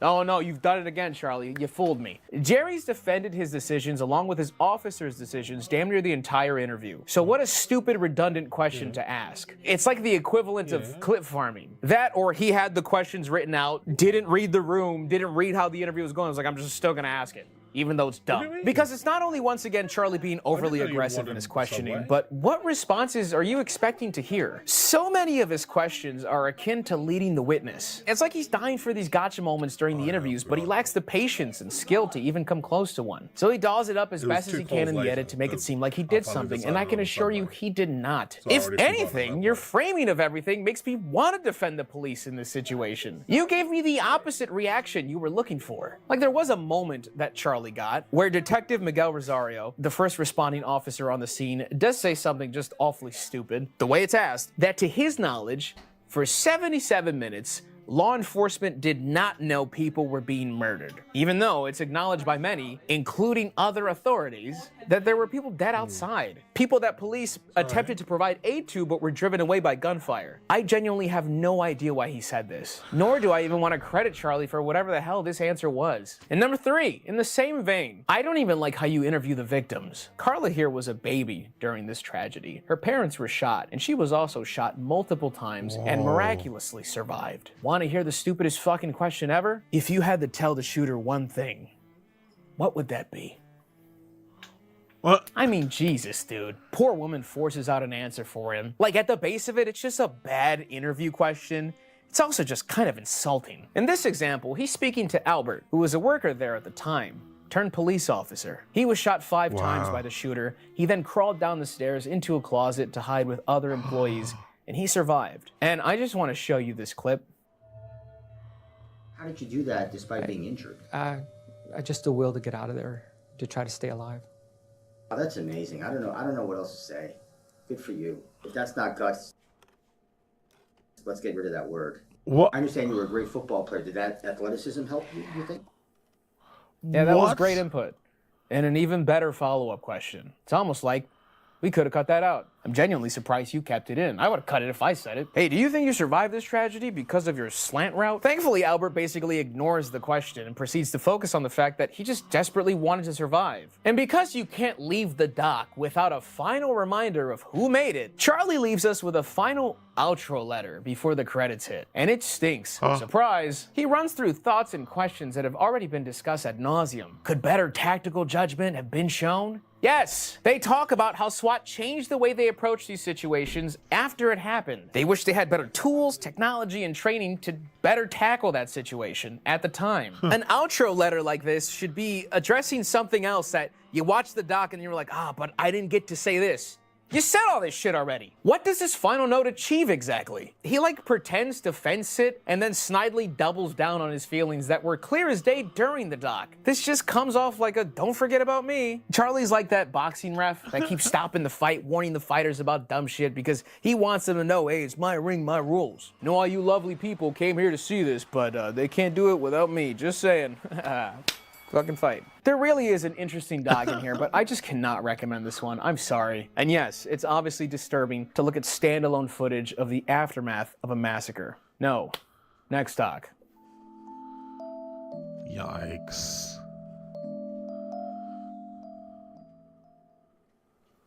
What the hell am I supposed to do with this? You ever have an awkward interaction happen in front of you and you're like, I'm gonna walk away. I'm not even involved. This is just cringe. I can't. That's kind of like this whole doc. I Think We're Alone Now is a documentary focusing on Jeff Turner and Kelly McCormick. They are 2 completely separate people that are only joined together by their shared love of Tiffany. Who? Tiffany, former pop sensation of the late 1980s. This is normally where I would tell my editor to put another, but then I fear I'm gonna get a top comment with 3,000 likes that says, wait, you don't know Tiffany? You don't know 1980s Tiffany? Do you pay an HOA on that rock you're under? Hold on, I'm getting a call from music.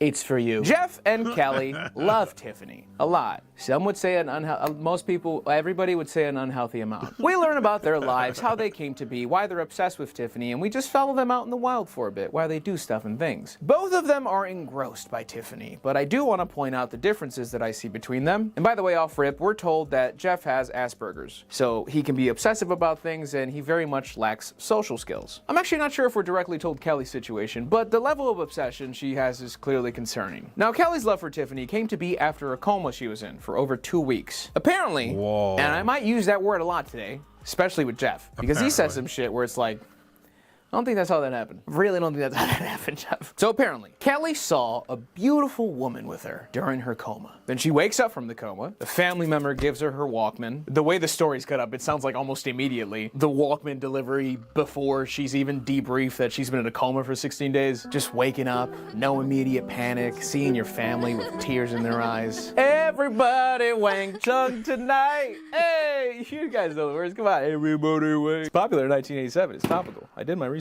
The first song she actually hears is I Think We're Alone Now by Tiffany. So she hears this beautiful song and then she tells her sister to bring her a photo of Tiffany. Who is singing this? You need to see her. And the photo she sees is the same exact woman she saw in her coma. Even though she claims she's never seen her, heard her music, nothing before the coma. So she now believes that she is destined to be with Tiffany. Now, Jeff is different. Jeff has had articles written about him. Jeff has talked to lawyers. And I've read some people online cut these two some slack because of their disabilities and because we spend time getting to know them in the doc. Jeff got a restraining order put against him when Tiffany was 16 and he was 35. What? Listen. There are a few moments in the doc where I think these people are struggling. They did not have great upbringings. I don't see much of a support system for them. These people need help. Genuinely. And then there are a lot more moments where they say something or do something, I shudder and think, we need to keep you far away from this woman or buff up her security. Preferably both. I know it's very briefly discussed whether they present any real danger, at least specifically with Jeff, but if I was in Tiffany's circle, I'm not waiting to see if it's heads or tails. I'm throwing the book at someone like Jeff and hiring 2 7-footers that couldn't dribble worth a damn, so they became security, to escort Tiff to Whole Foods. Like, Jeff has waited for Tiffany outside of a courthouse with a katana, but he also had chrysanthemums. It's gonna be my only attempt on that word. And it was all apparently a gift for Tiffany. It was a cultural thing you wouldn't understand. But I'm sure that the woke media will spin this into creepy guy waiting to surprise a 16-year-old with a sword. Burgundy one. See, it's shit like that that Jeff does, where I struggle to be like, hey, he had good intentions.